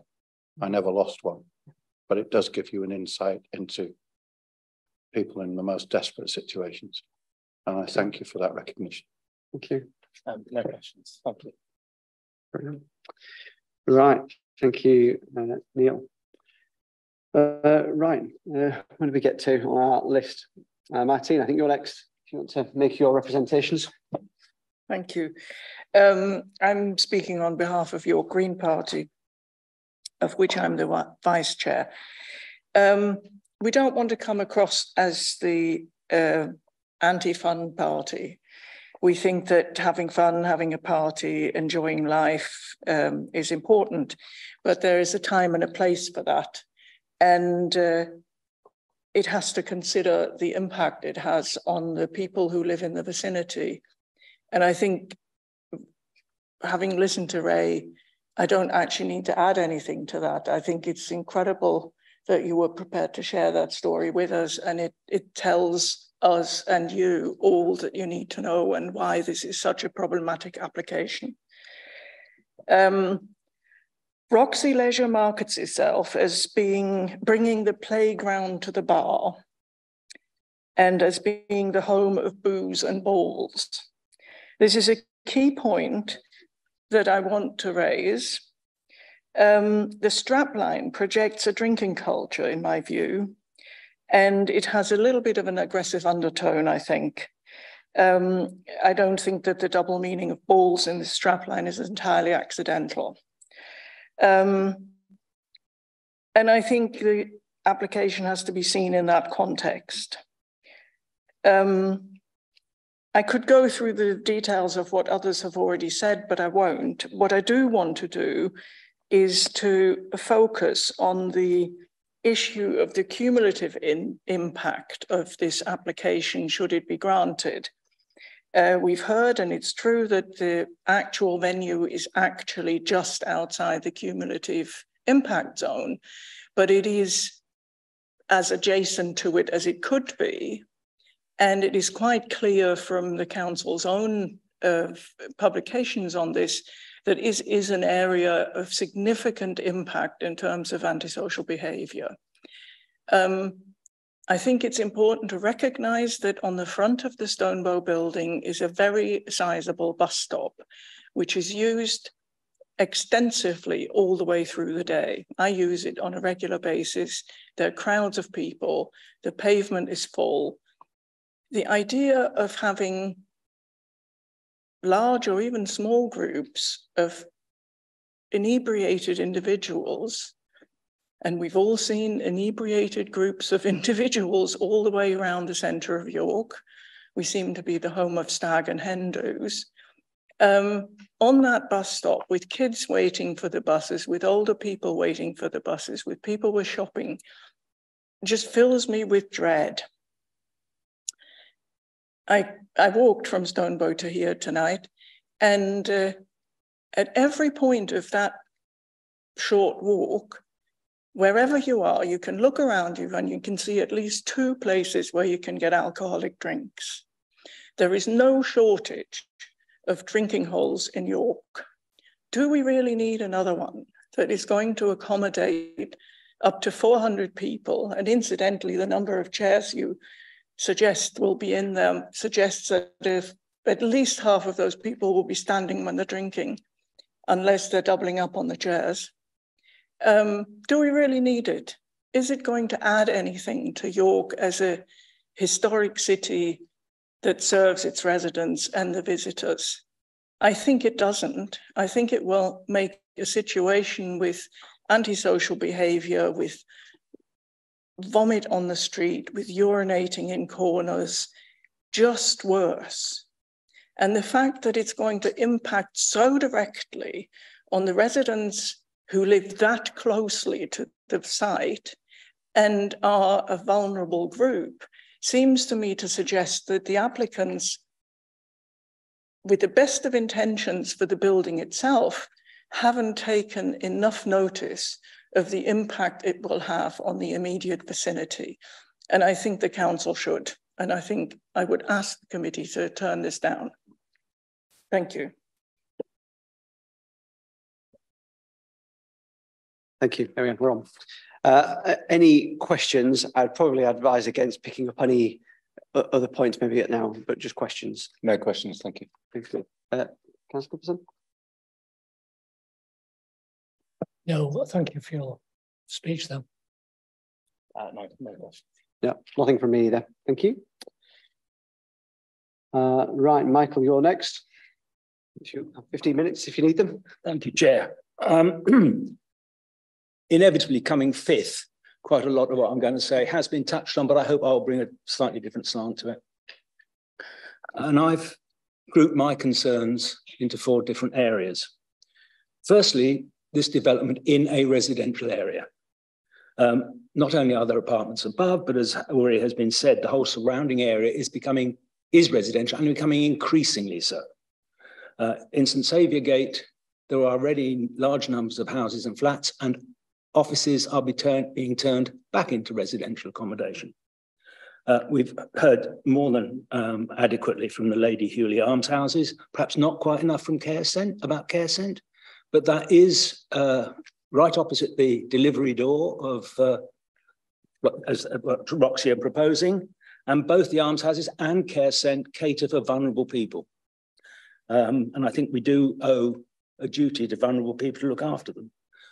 The dig has already been referred to, and I will come in a minute to traffic, but taking crowds of people down, young people down that street always fills me with horror as I'm walking up it. And there's going to be more traffic. So I'm concerned about the primary age children. And then, of course, the point has been made that not only is there an existing license, which I would, however, stress hasn't apparently ever been activated, but before that, there was the nightclub license with Fibbers. Well, things have changed since then. At the time of Fibbers, Hungate was an area of light industrial activity. It is now, has been redeveloped as residential apartments. So I'm making the point that that whole area now is becoming increasingly a residential one. Some of the concerns that arise from that. Roxy Leisure have made much of their mitigation and noise management and policies. And I'm sure, I'm not challenging their veracity or their honesty or belief in that. But what does concern me is their ability to manage those antisocial effects after they close. They cannot control the behavior of people once they're out in those residential streets. They stress that drunken rowdy behavior will not be tolerated. But if I put it to you that if people are refused entry or are ejected from the premises, it's into residential streets. It's hardly likely to improve their temper and behavior. So managing misbehavior inside is merely going to pass it into the residential area. They've also acknowledged they will not be providing an internal smoking area and that patrons wishing to smoke would do so outside in Stonebow and inevitably adjacent to the existing bus stops. They talk about not allowing, they're using their staff not to allow customers to congregate at bus stops, but I don't see how they can actually make that statement because once people are on a public highway, they can go where they like. So again, disruption of people entering and leaving. Similarly with queuing and people leaving, they, as has already been said, they are coming out straight into an area heavily used by buses and the associated bus stops.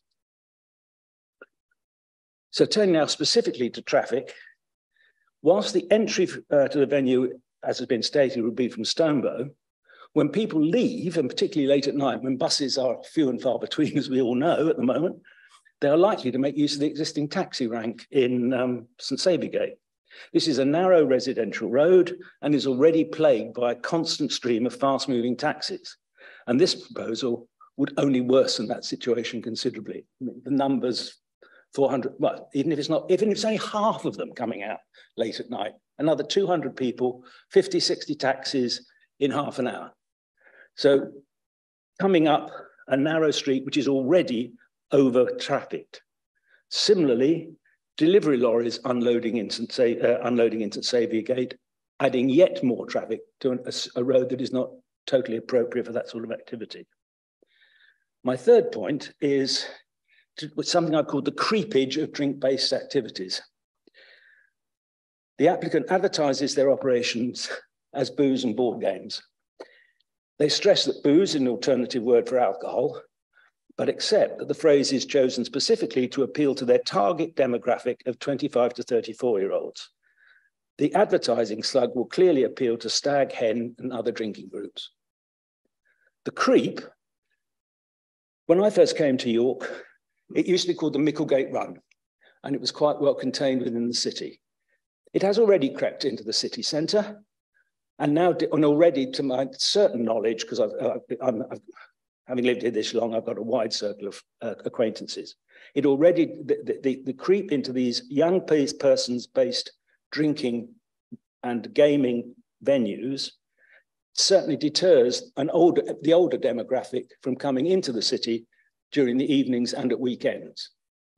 And this proposal seeks to extend that boozing further and into another area of the city, moving out of further, broadening the area where all that activity goes on. And I put it to the council, is this the tourism offer that this council really wants to promote for the city? One of 25 to 34-year-olds getting drunk and keeping the older people out of the city. And finally, I couldn't think of a better word, as I'm calling it the gig economy, and forgive me if that sounds offensive. It's to do with this acknowledgement that a lot of young staff come and go as they dip in and out of work for pocket money. And to me, that sounds extremely like 0 hours contracts and low wage employment, which is generally summed up as gig economy. And again, is this the sort of work the council wishes to encourage? That's my points. Thank you.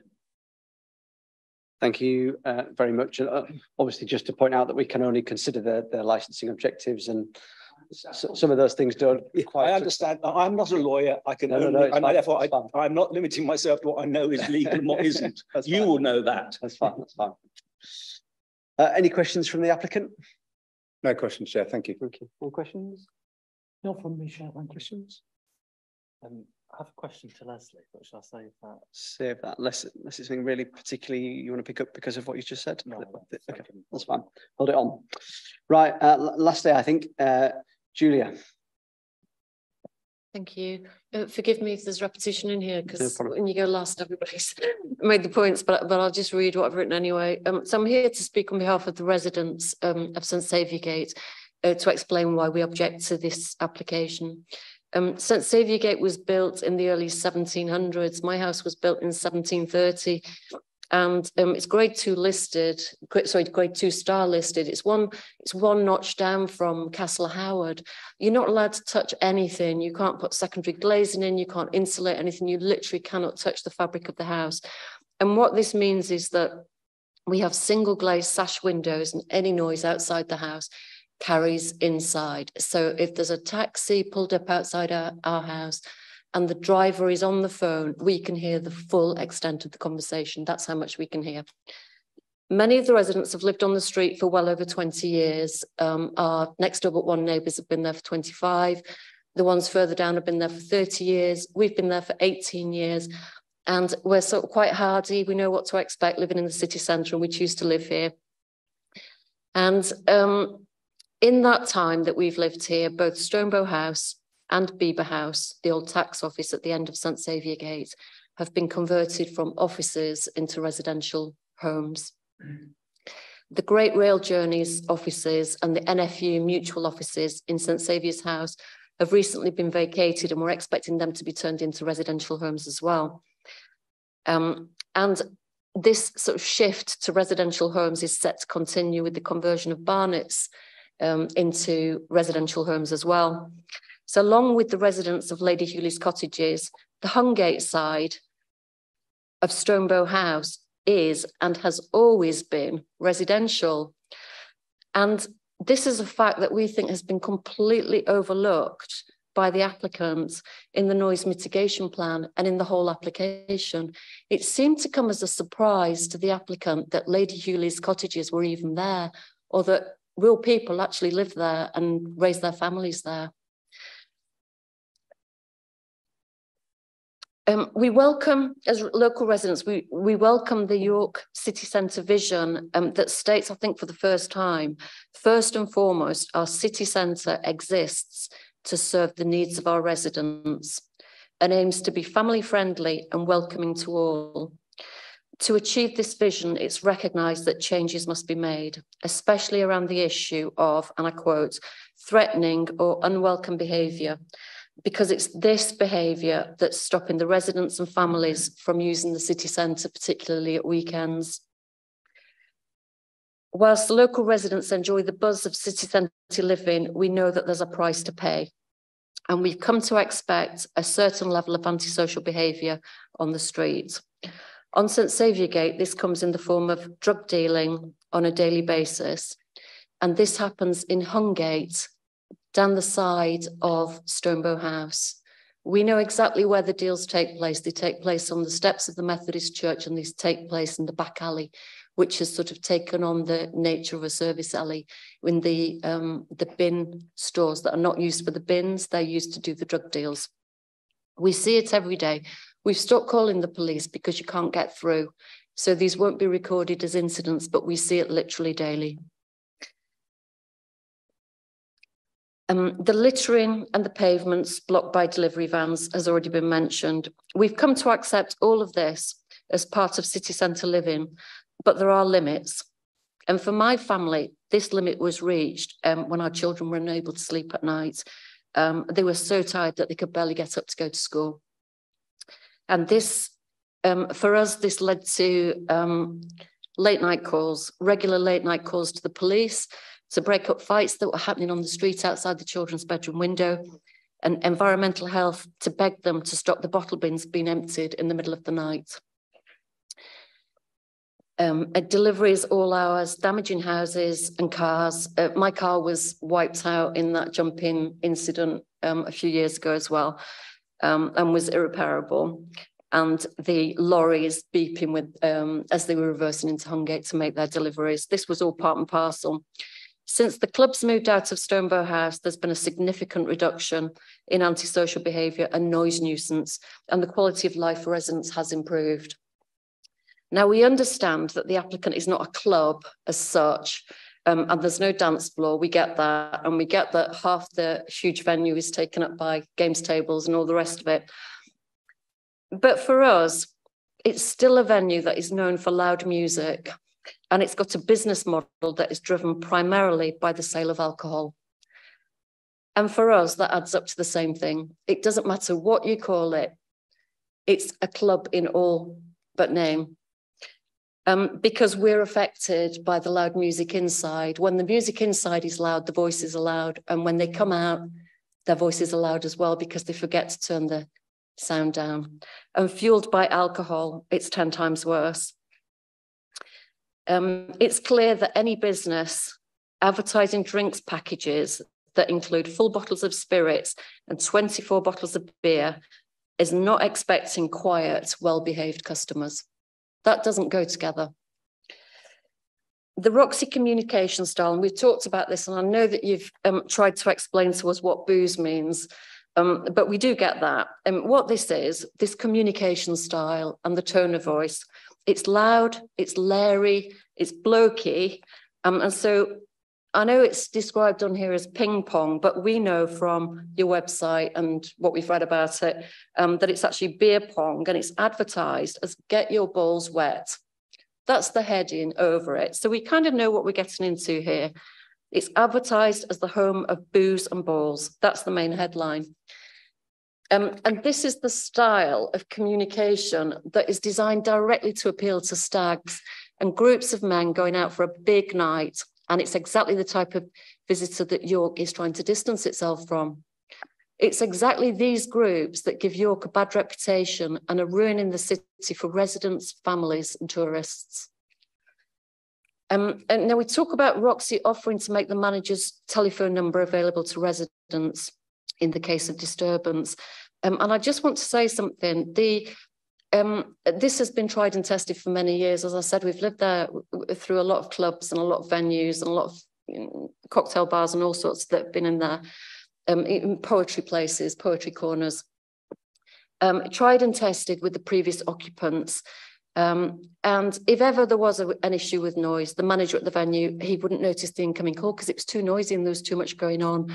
Or worse still, the manager was not present at the venue and had gone home. He was off shift and he couldn't get through to the duty manager, despite the best intentions. And I think the best intentions there, that's important because they cared as well. My daughter was at school with the owner of the Duchess. They were in class together and they were best friends. And there were occasions when my daughter at 2 o'clock in the morning where she couldn't sleep was messaging her friend to say, get your dad to turn the music down. That's how bad it was. He's a nice guy and he had the best intentions and we had his number, but he had no control because he wasn't there, he was at home. So it wasn't for lack of wanting to do the right thing. We actually had a really good relationship with the people because we used to go down and talk to them every night when we couldn't, when we couldn't sleep. More often than not, as has been said, the chaos starts after the venue has closed. The manager's gone home, the phone's switched off, the manager is sleeping. And at that point, that's when we have to call the police to sort out the problem. The morning fights on the street, the police have to be called. The morning after mess on the street is not the problem of the venue, that's the problem of the council to come and clean up because the stench of urine in doorways, the vomit on the pavements and the debris such as takeaway cartons left on window ledges was never directly attributable to the venue. But those problems did improve significantly when the clubs moved out. And so we urge the panel to reject this application. We know what to expect, and it's interesting for us that there's nobody here from Stonebow House, and we know why, because we know people that worked in the offices above Stonebow House when the nightclubs were there. The offices moved out. The residents in Stonebow House now have never experienced what we experienced. They have no idea what's coming their way, that building is not sound insulated. It vibrates from bottom to top because it's got a concrete structure. So we know this from the lawyers who used to be based in Stonebow House. We urge you to reject this application. However, in the event that it is approved, we appeal to you to put stringent conditions in place to protect the residents, especially the children and the vulnerable elderly residents from harm, and to prevent what is an inevitable antisocial behaviour problem, public nuisance and crime that comes from such a large venue targeting laddish groups of men offering all-day drinking under the booze and balls banner. And I should just say something about the cumulative impact zone, because whilst St Saviour Gate is not in it, it actually gets the fallout from it because it has the taxi rank. So anybody drinking in the cumulative impact zone ends up on St Saviour Gate. And there are no toilets open at 1 o'clock in the morning or 12 o'clock. And so they just all go and pee in the doorways down the street from the taxi rank when they're waiting. And I also want to say that these conditions are important because I am a little bit wary about saying this. So we know that any license can be granted and transferred to another operator who could be less scrupulous than Roxy. But as residents, we know just how hard it is to enforce these conditions because it has taken us more than 5 years for enforcement notices to be issued against breaches of planning permission in the building. And gathering the evidence for this noise nuisance is very intrusive. They come into your home, they come into our bedroom and start measuring sound. And there's no point coming at lunchtime because that's not when it's happening. They have to come into your bedroom at 1 o'clock in the morning or 12 o'clock at night. So gathering evidence is a real nuisance. It's intrusive and it's very, very difficult. It takes a long time. So I have got a whole list of conditions. This is repeating what's already been said, but I would like to read them if that's okay. So I think a max capacity on the venue of 400 would be helpful. No stand-up drinking. Alcohol served with games only. If it's a gaming venue, it's not a drinking venue, then they're there to play games, serve drink when they're playing games. No competitive games involving drinking. A policy to discourage large groups. A policy to discourage binge drinking. Food to be served with alcohol at all times. No drinks packages. Reduced licence hours. The manager's telephone number. No music or noise from inside to be heard outside. No late night bottle disposal outside the building or early morning collection. Deliveries to go via the commercial street, Stonebow or Collier Gate and not via St Saviour Gate, and all waste to be stored inside the venue. And one thing that I would like to, that I would hope for would be a regular review of their performance, because whatever's said here, these gentlemen are not the people that we will be dealing with at 1 o'clock in the morning when it's all gone pear-shaped. Thank you. Thank you very much. Any questions from the applicant? No questions, Chair. Thank you. Any questions, Councillor Cupperson?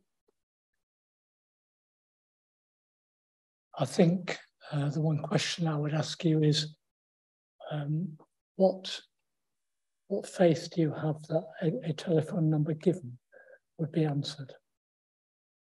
I think it's a gesture, which is good, but it has absolutely no value in my experience, and that goes back over many years. And as I say, these are people who care. This is my daughter's best friend's dad who was running the place, and he would always come around to apologise the next day, but it just doesn't work, because if you've got a venue that's that noisy that it's causing a problem to neighbours, then you haven't got time to answer the phone. You're sorting trouble out yourself inside the venue. Thank you. Councillor Smalley? No questions for yourself, but questions later on the back of what you said.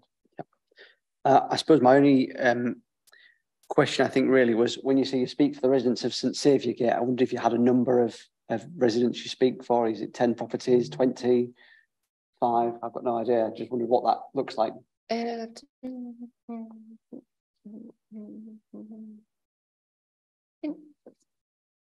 16 have written in, so 16 residents from St Saviour Gate. Yeah. They're all aware you're speaking on their behalf. Sorry? And they're all aware you're speaking on their behalf. Yes, they are. Thank you. Right, so the way the system works is we now go back through you all and you all get to sum up everything you've just said. So you have 5 minutes, I think, to do that. By all means, if you feel that you've said enough and don't feel you want to say it, you don't have to, but that time is yours. Ray, we start back with you, and this is just summing up. There's no questions from us at this point. We just go from one to the other, just making your case before the applicant has their final chance to pick everything up and present their final summary to us. I have nothing more to say. John, do you have anything further? Just one observation after everything that's been said. I'm not sure whether this is a sum up or just an idea, but perhaps the applicant, if the application is granted, would agree to calling a meeting after, say, 3 months with the residents to just review how things are going, and get a feeling for anything in general in the tone that a meeting was called the other week, which was short notice and very productive, in my opinion, and I think would be a good community move, if you like. Just a thought. Thank you. Neil, any final points? No, I was much impressed by the residents who are on the, as it were, front line of this. I would hope that the committee would hear very carefully what they have said. Thank you. Thank you. Martina? I think the only thing I would say to sum up is it's the wrong enterprise in the wrong place. Thank you. Michael? To sum up, I would just reiterate that however well-meaning Roxy Leisure is in controlling and limiting, this is essentially an activity in a residential area that once people come out, over which they have no control. Thank you. Julia? Okay.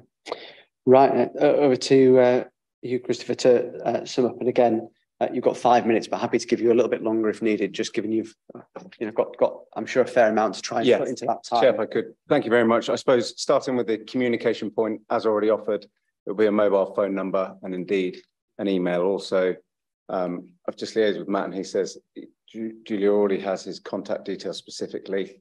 We're happy to add to the management plan that there will be a meeting after 3 months of opening, and we're happy that's written into the management plan as well. But Matt has also said, please just contact him as you see fit, should it be granted.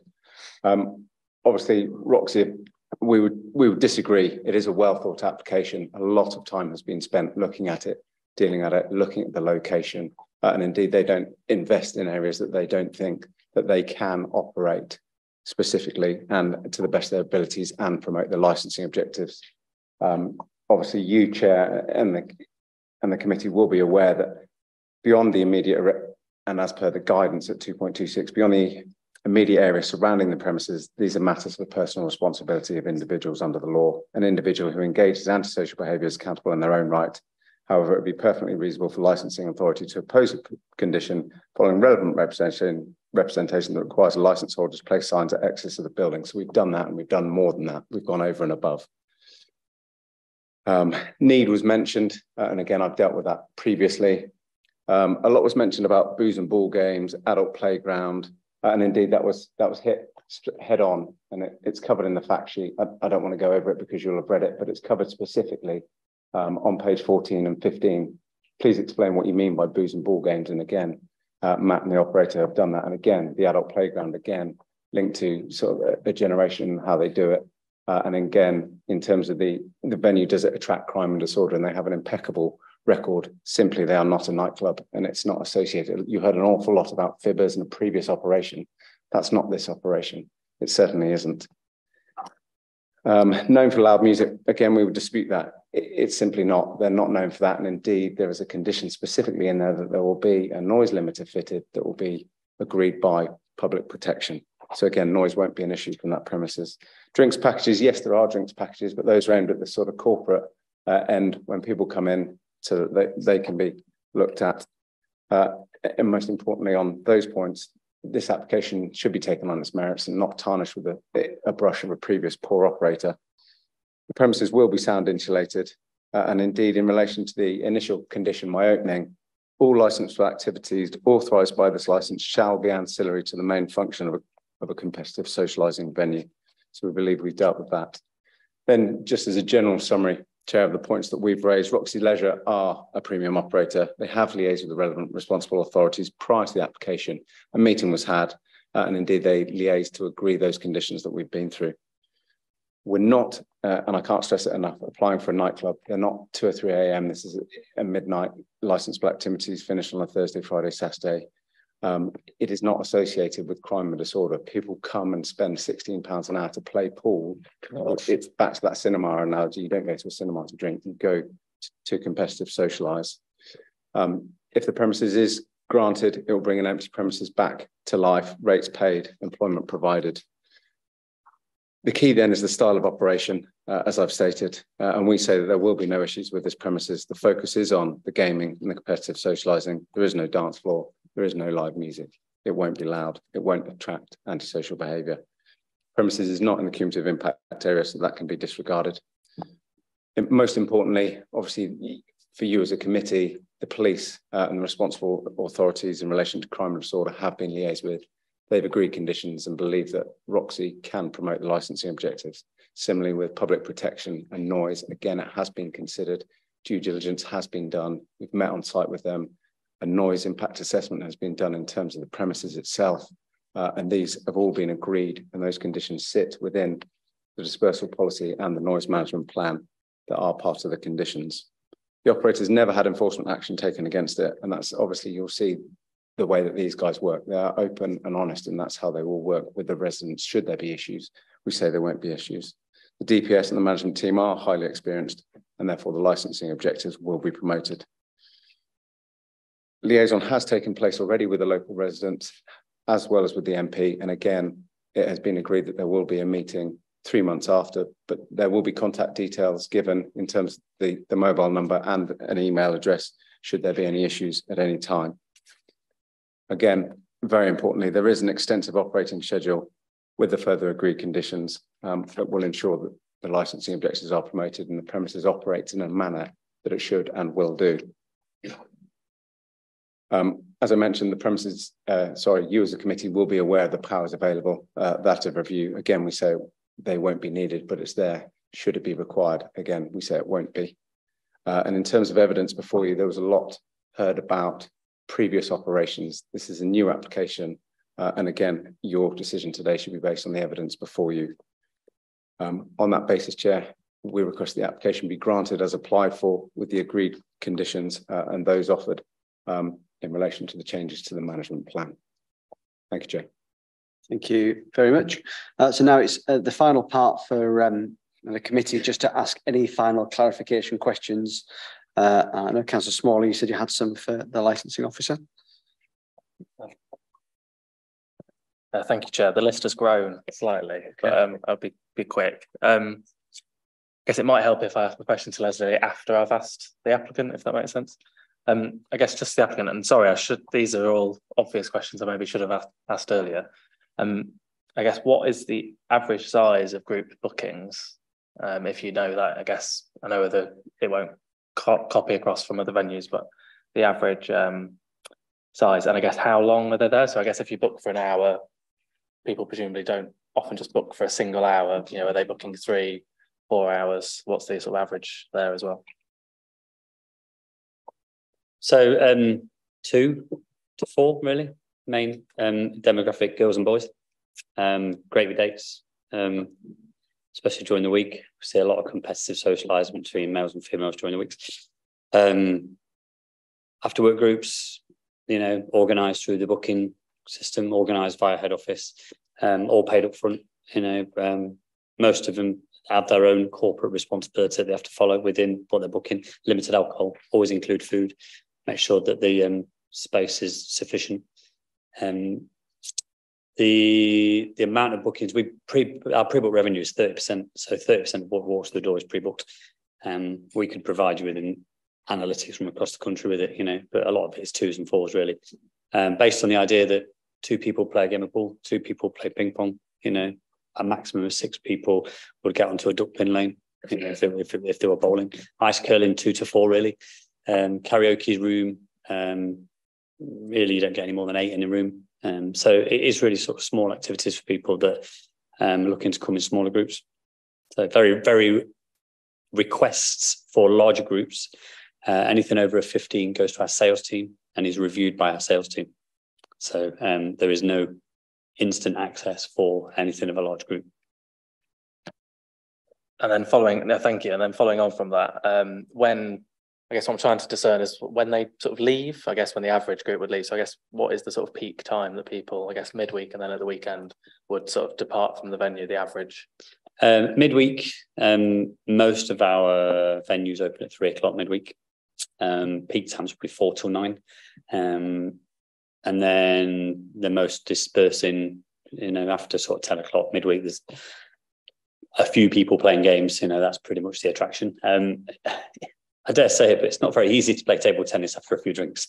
It's just not easy, so people they want to play the game and they're paying to play the game. So £16 is a lot of money to waste if you're not compass with what you're doing. The equipment's expensive. The pool table is £5,000, on average. The duck pins lanes are 25 grand each, £25,000. This equipment we take this really seriously. We have a charge policy for anyone that damages the equipment, that messes around in the venues. So for us, you invest all this money on equipment, you don't want people messing with it. The peak time's 4 till 9. At the weekend, maybe 3 till 10. Peak time within that, maybe 6 o'clock. And we have ID cameras in all the venues that monitor footfall in and out with facial recognition. Not to capture people's face, but to capture the demographics within the venue. So we know how many boys and girls, we know what age groups they are. The facial recognition cameras can capture all this and tell us what demographics we've got, so we can market towards that demographic. A busy venue in Leeds City Centre will have 200 people in it at 6 o'clock on a Saturday. So that gives us an idea of the kind of numbers we've got. Thank you. And it's been a while since I've been on a sort of licensing, so I probably should have asked those earlier, but that's helpful. And then I guess to Leslie, I guess on the Annex 7, which is on page 157, sort of, I guess I know that's just it's just a sort of ordnance survey map of the sort of locality. I guess there's 4 or 5 public houses, and I think I probably know the answer, but I guess what is do you know, sort of off the top of your head, the sort of licensing hours currently granted to those public houses that I guess are in that surrounding area around Stonebow House? The latest license we've got in that area, what was the terrace, but is now the Stonebow, has a 24-hour license because of the sporting activities that it was operating for. Just to clarify, that was the showing of sporting activities, not gaming activities inside the venue. Yeah. They'd be like racing horses inside. No, thank you. And it's not a question, but just to all the representatives, thank you very much. I'm sure the chair would say the same for coming. I attended before as a councillor, attended a hearing, and I know obviously you've given up an entire evening tonight, but I know it's sort of many more hours and days of work just to get to this point. So to collectively thank you all for coming, speaking, submitting. It's been very helpful. Any questions, Councillor Cuthbertson? Yes, just a couple, Chair. It's about the state of your clients, your bookings as they leave the building. What level of inebriation would you say is typical? Do they go out feeling happy with a couple of beers inside them? Do you have any problems with people?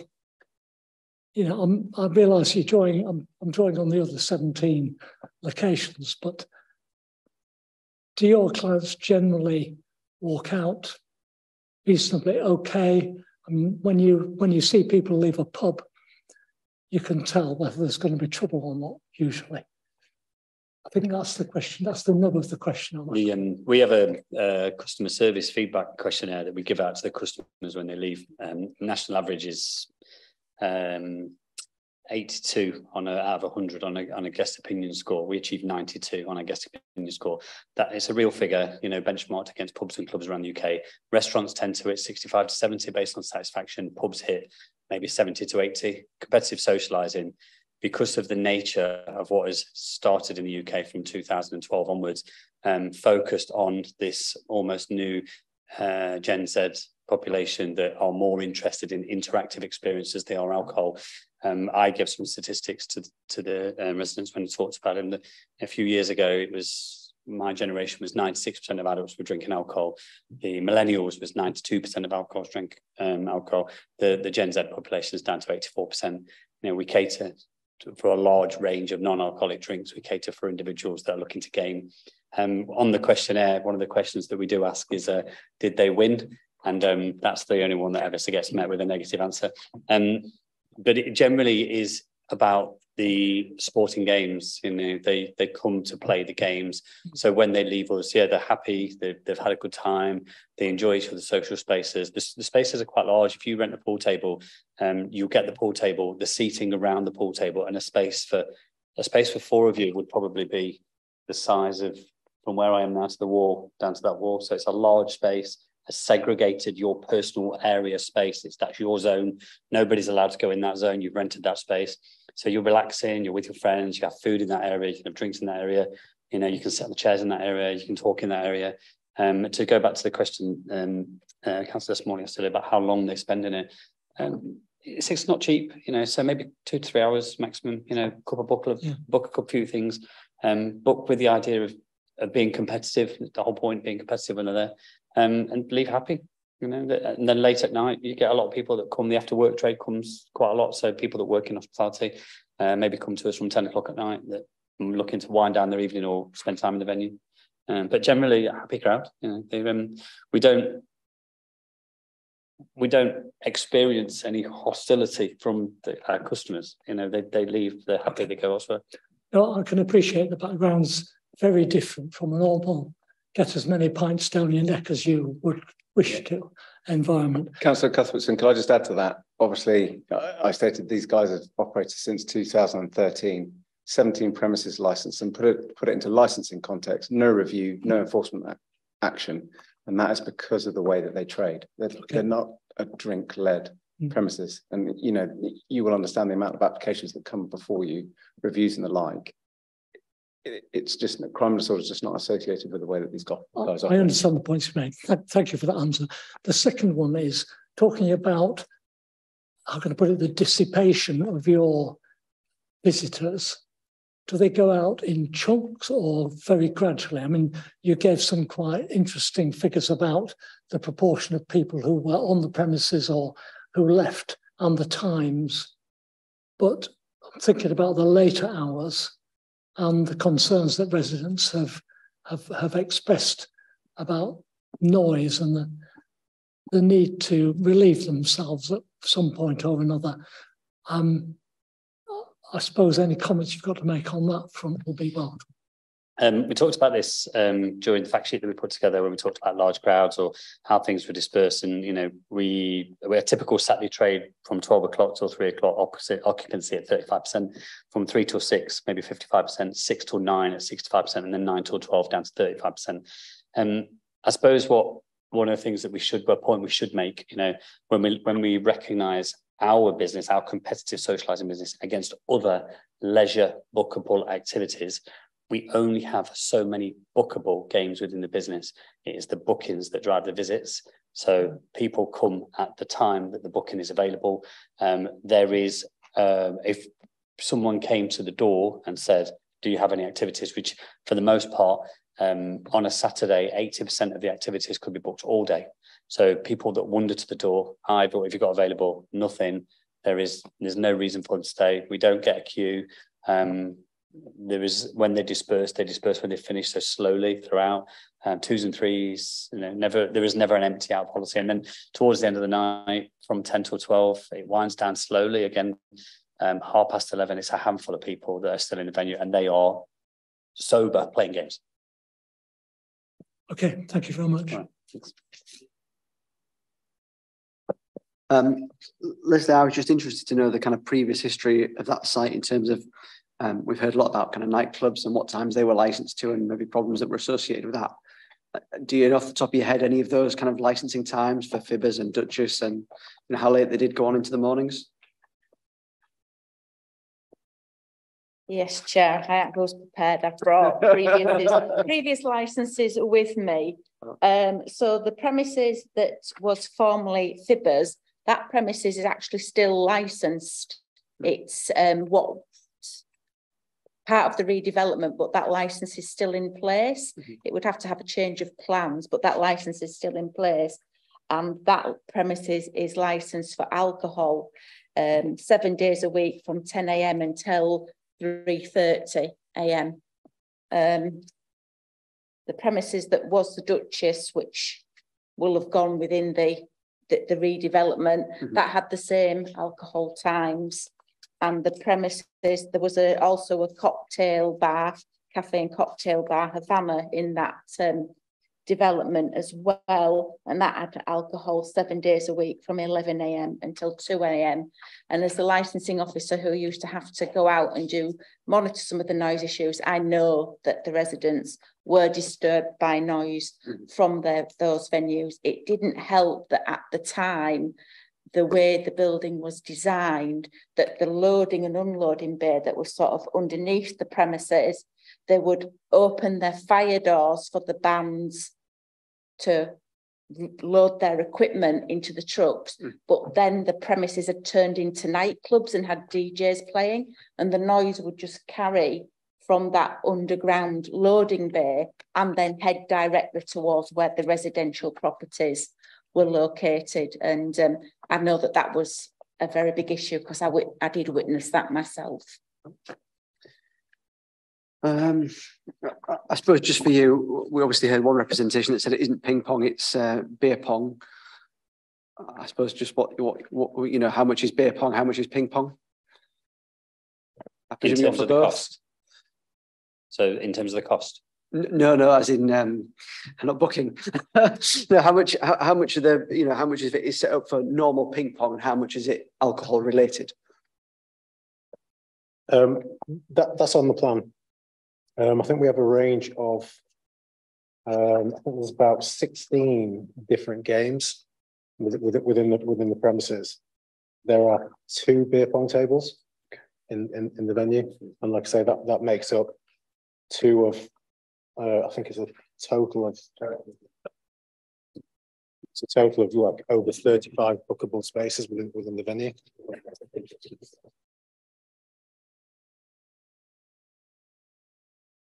Oh, thank you.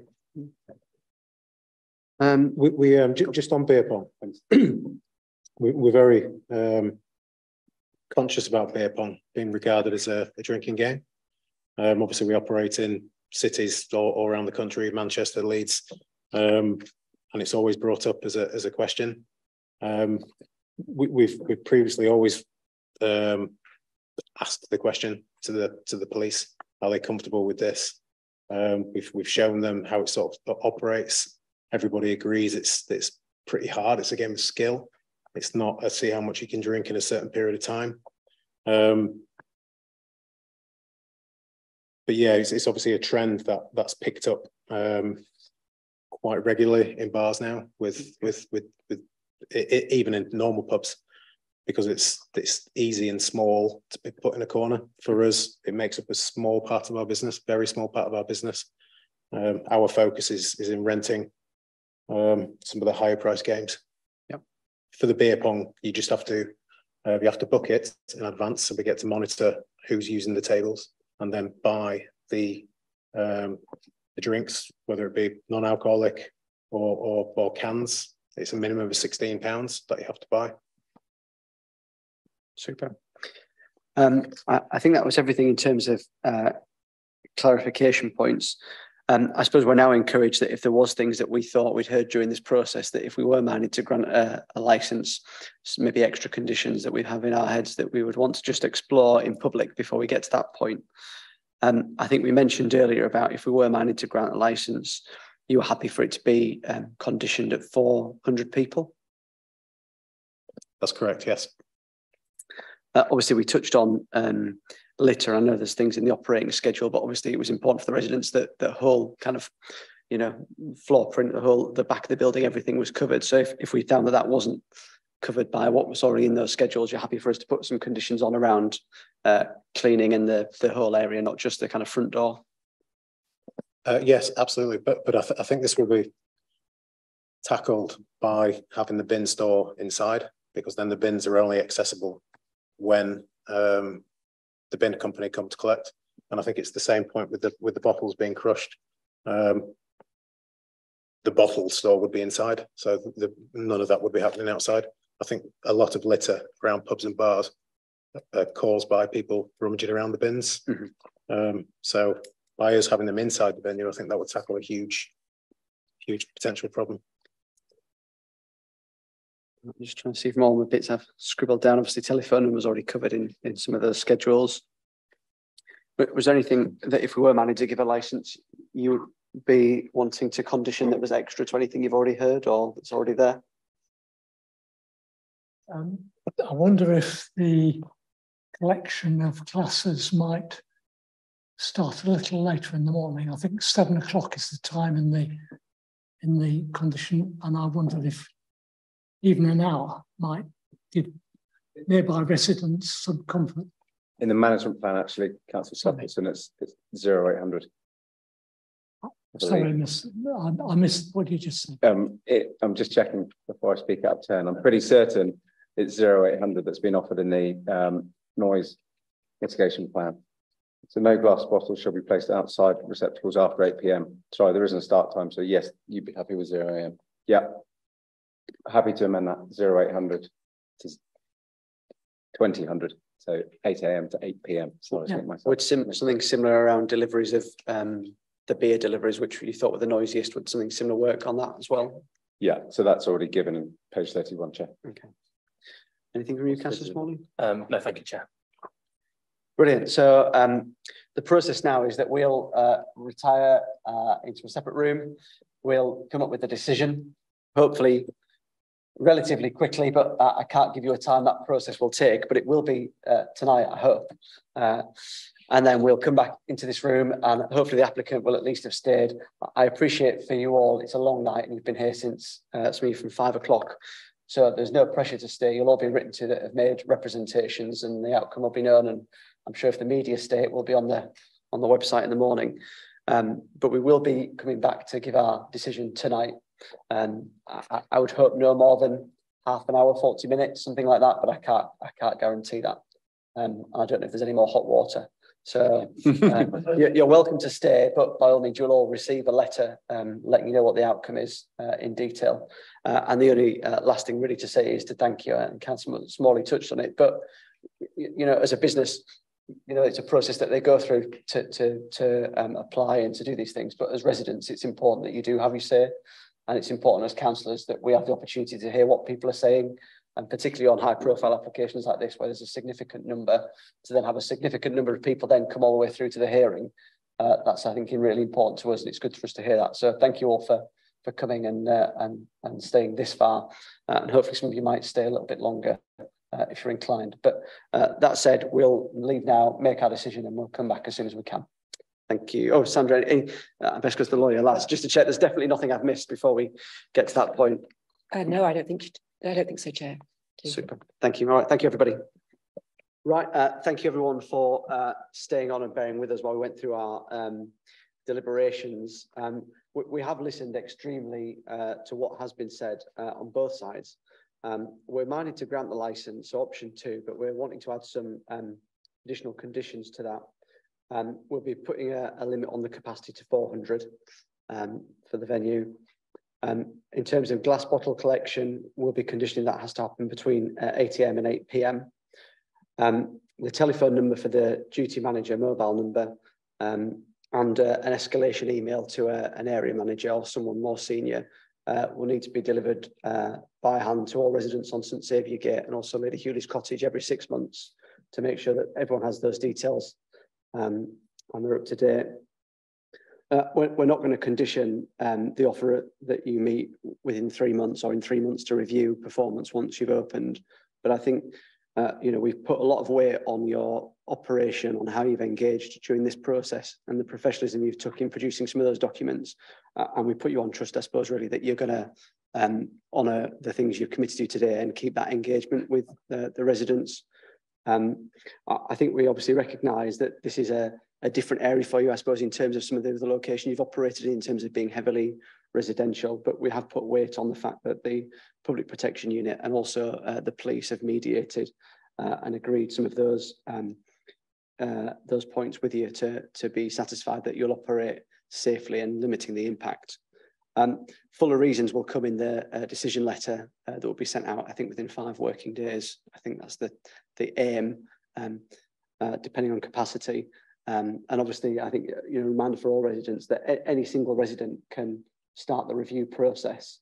And obviously, you know, when I was chair of licensing, I've been out at 10, 11 o'clock with licensing officers on a weekend to see what's going on. And, you know, any new venue in a city like York will be under the spotlight from licensing during those initial periods. So I'm sure you'll work really hard to get that right.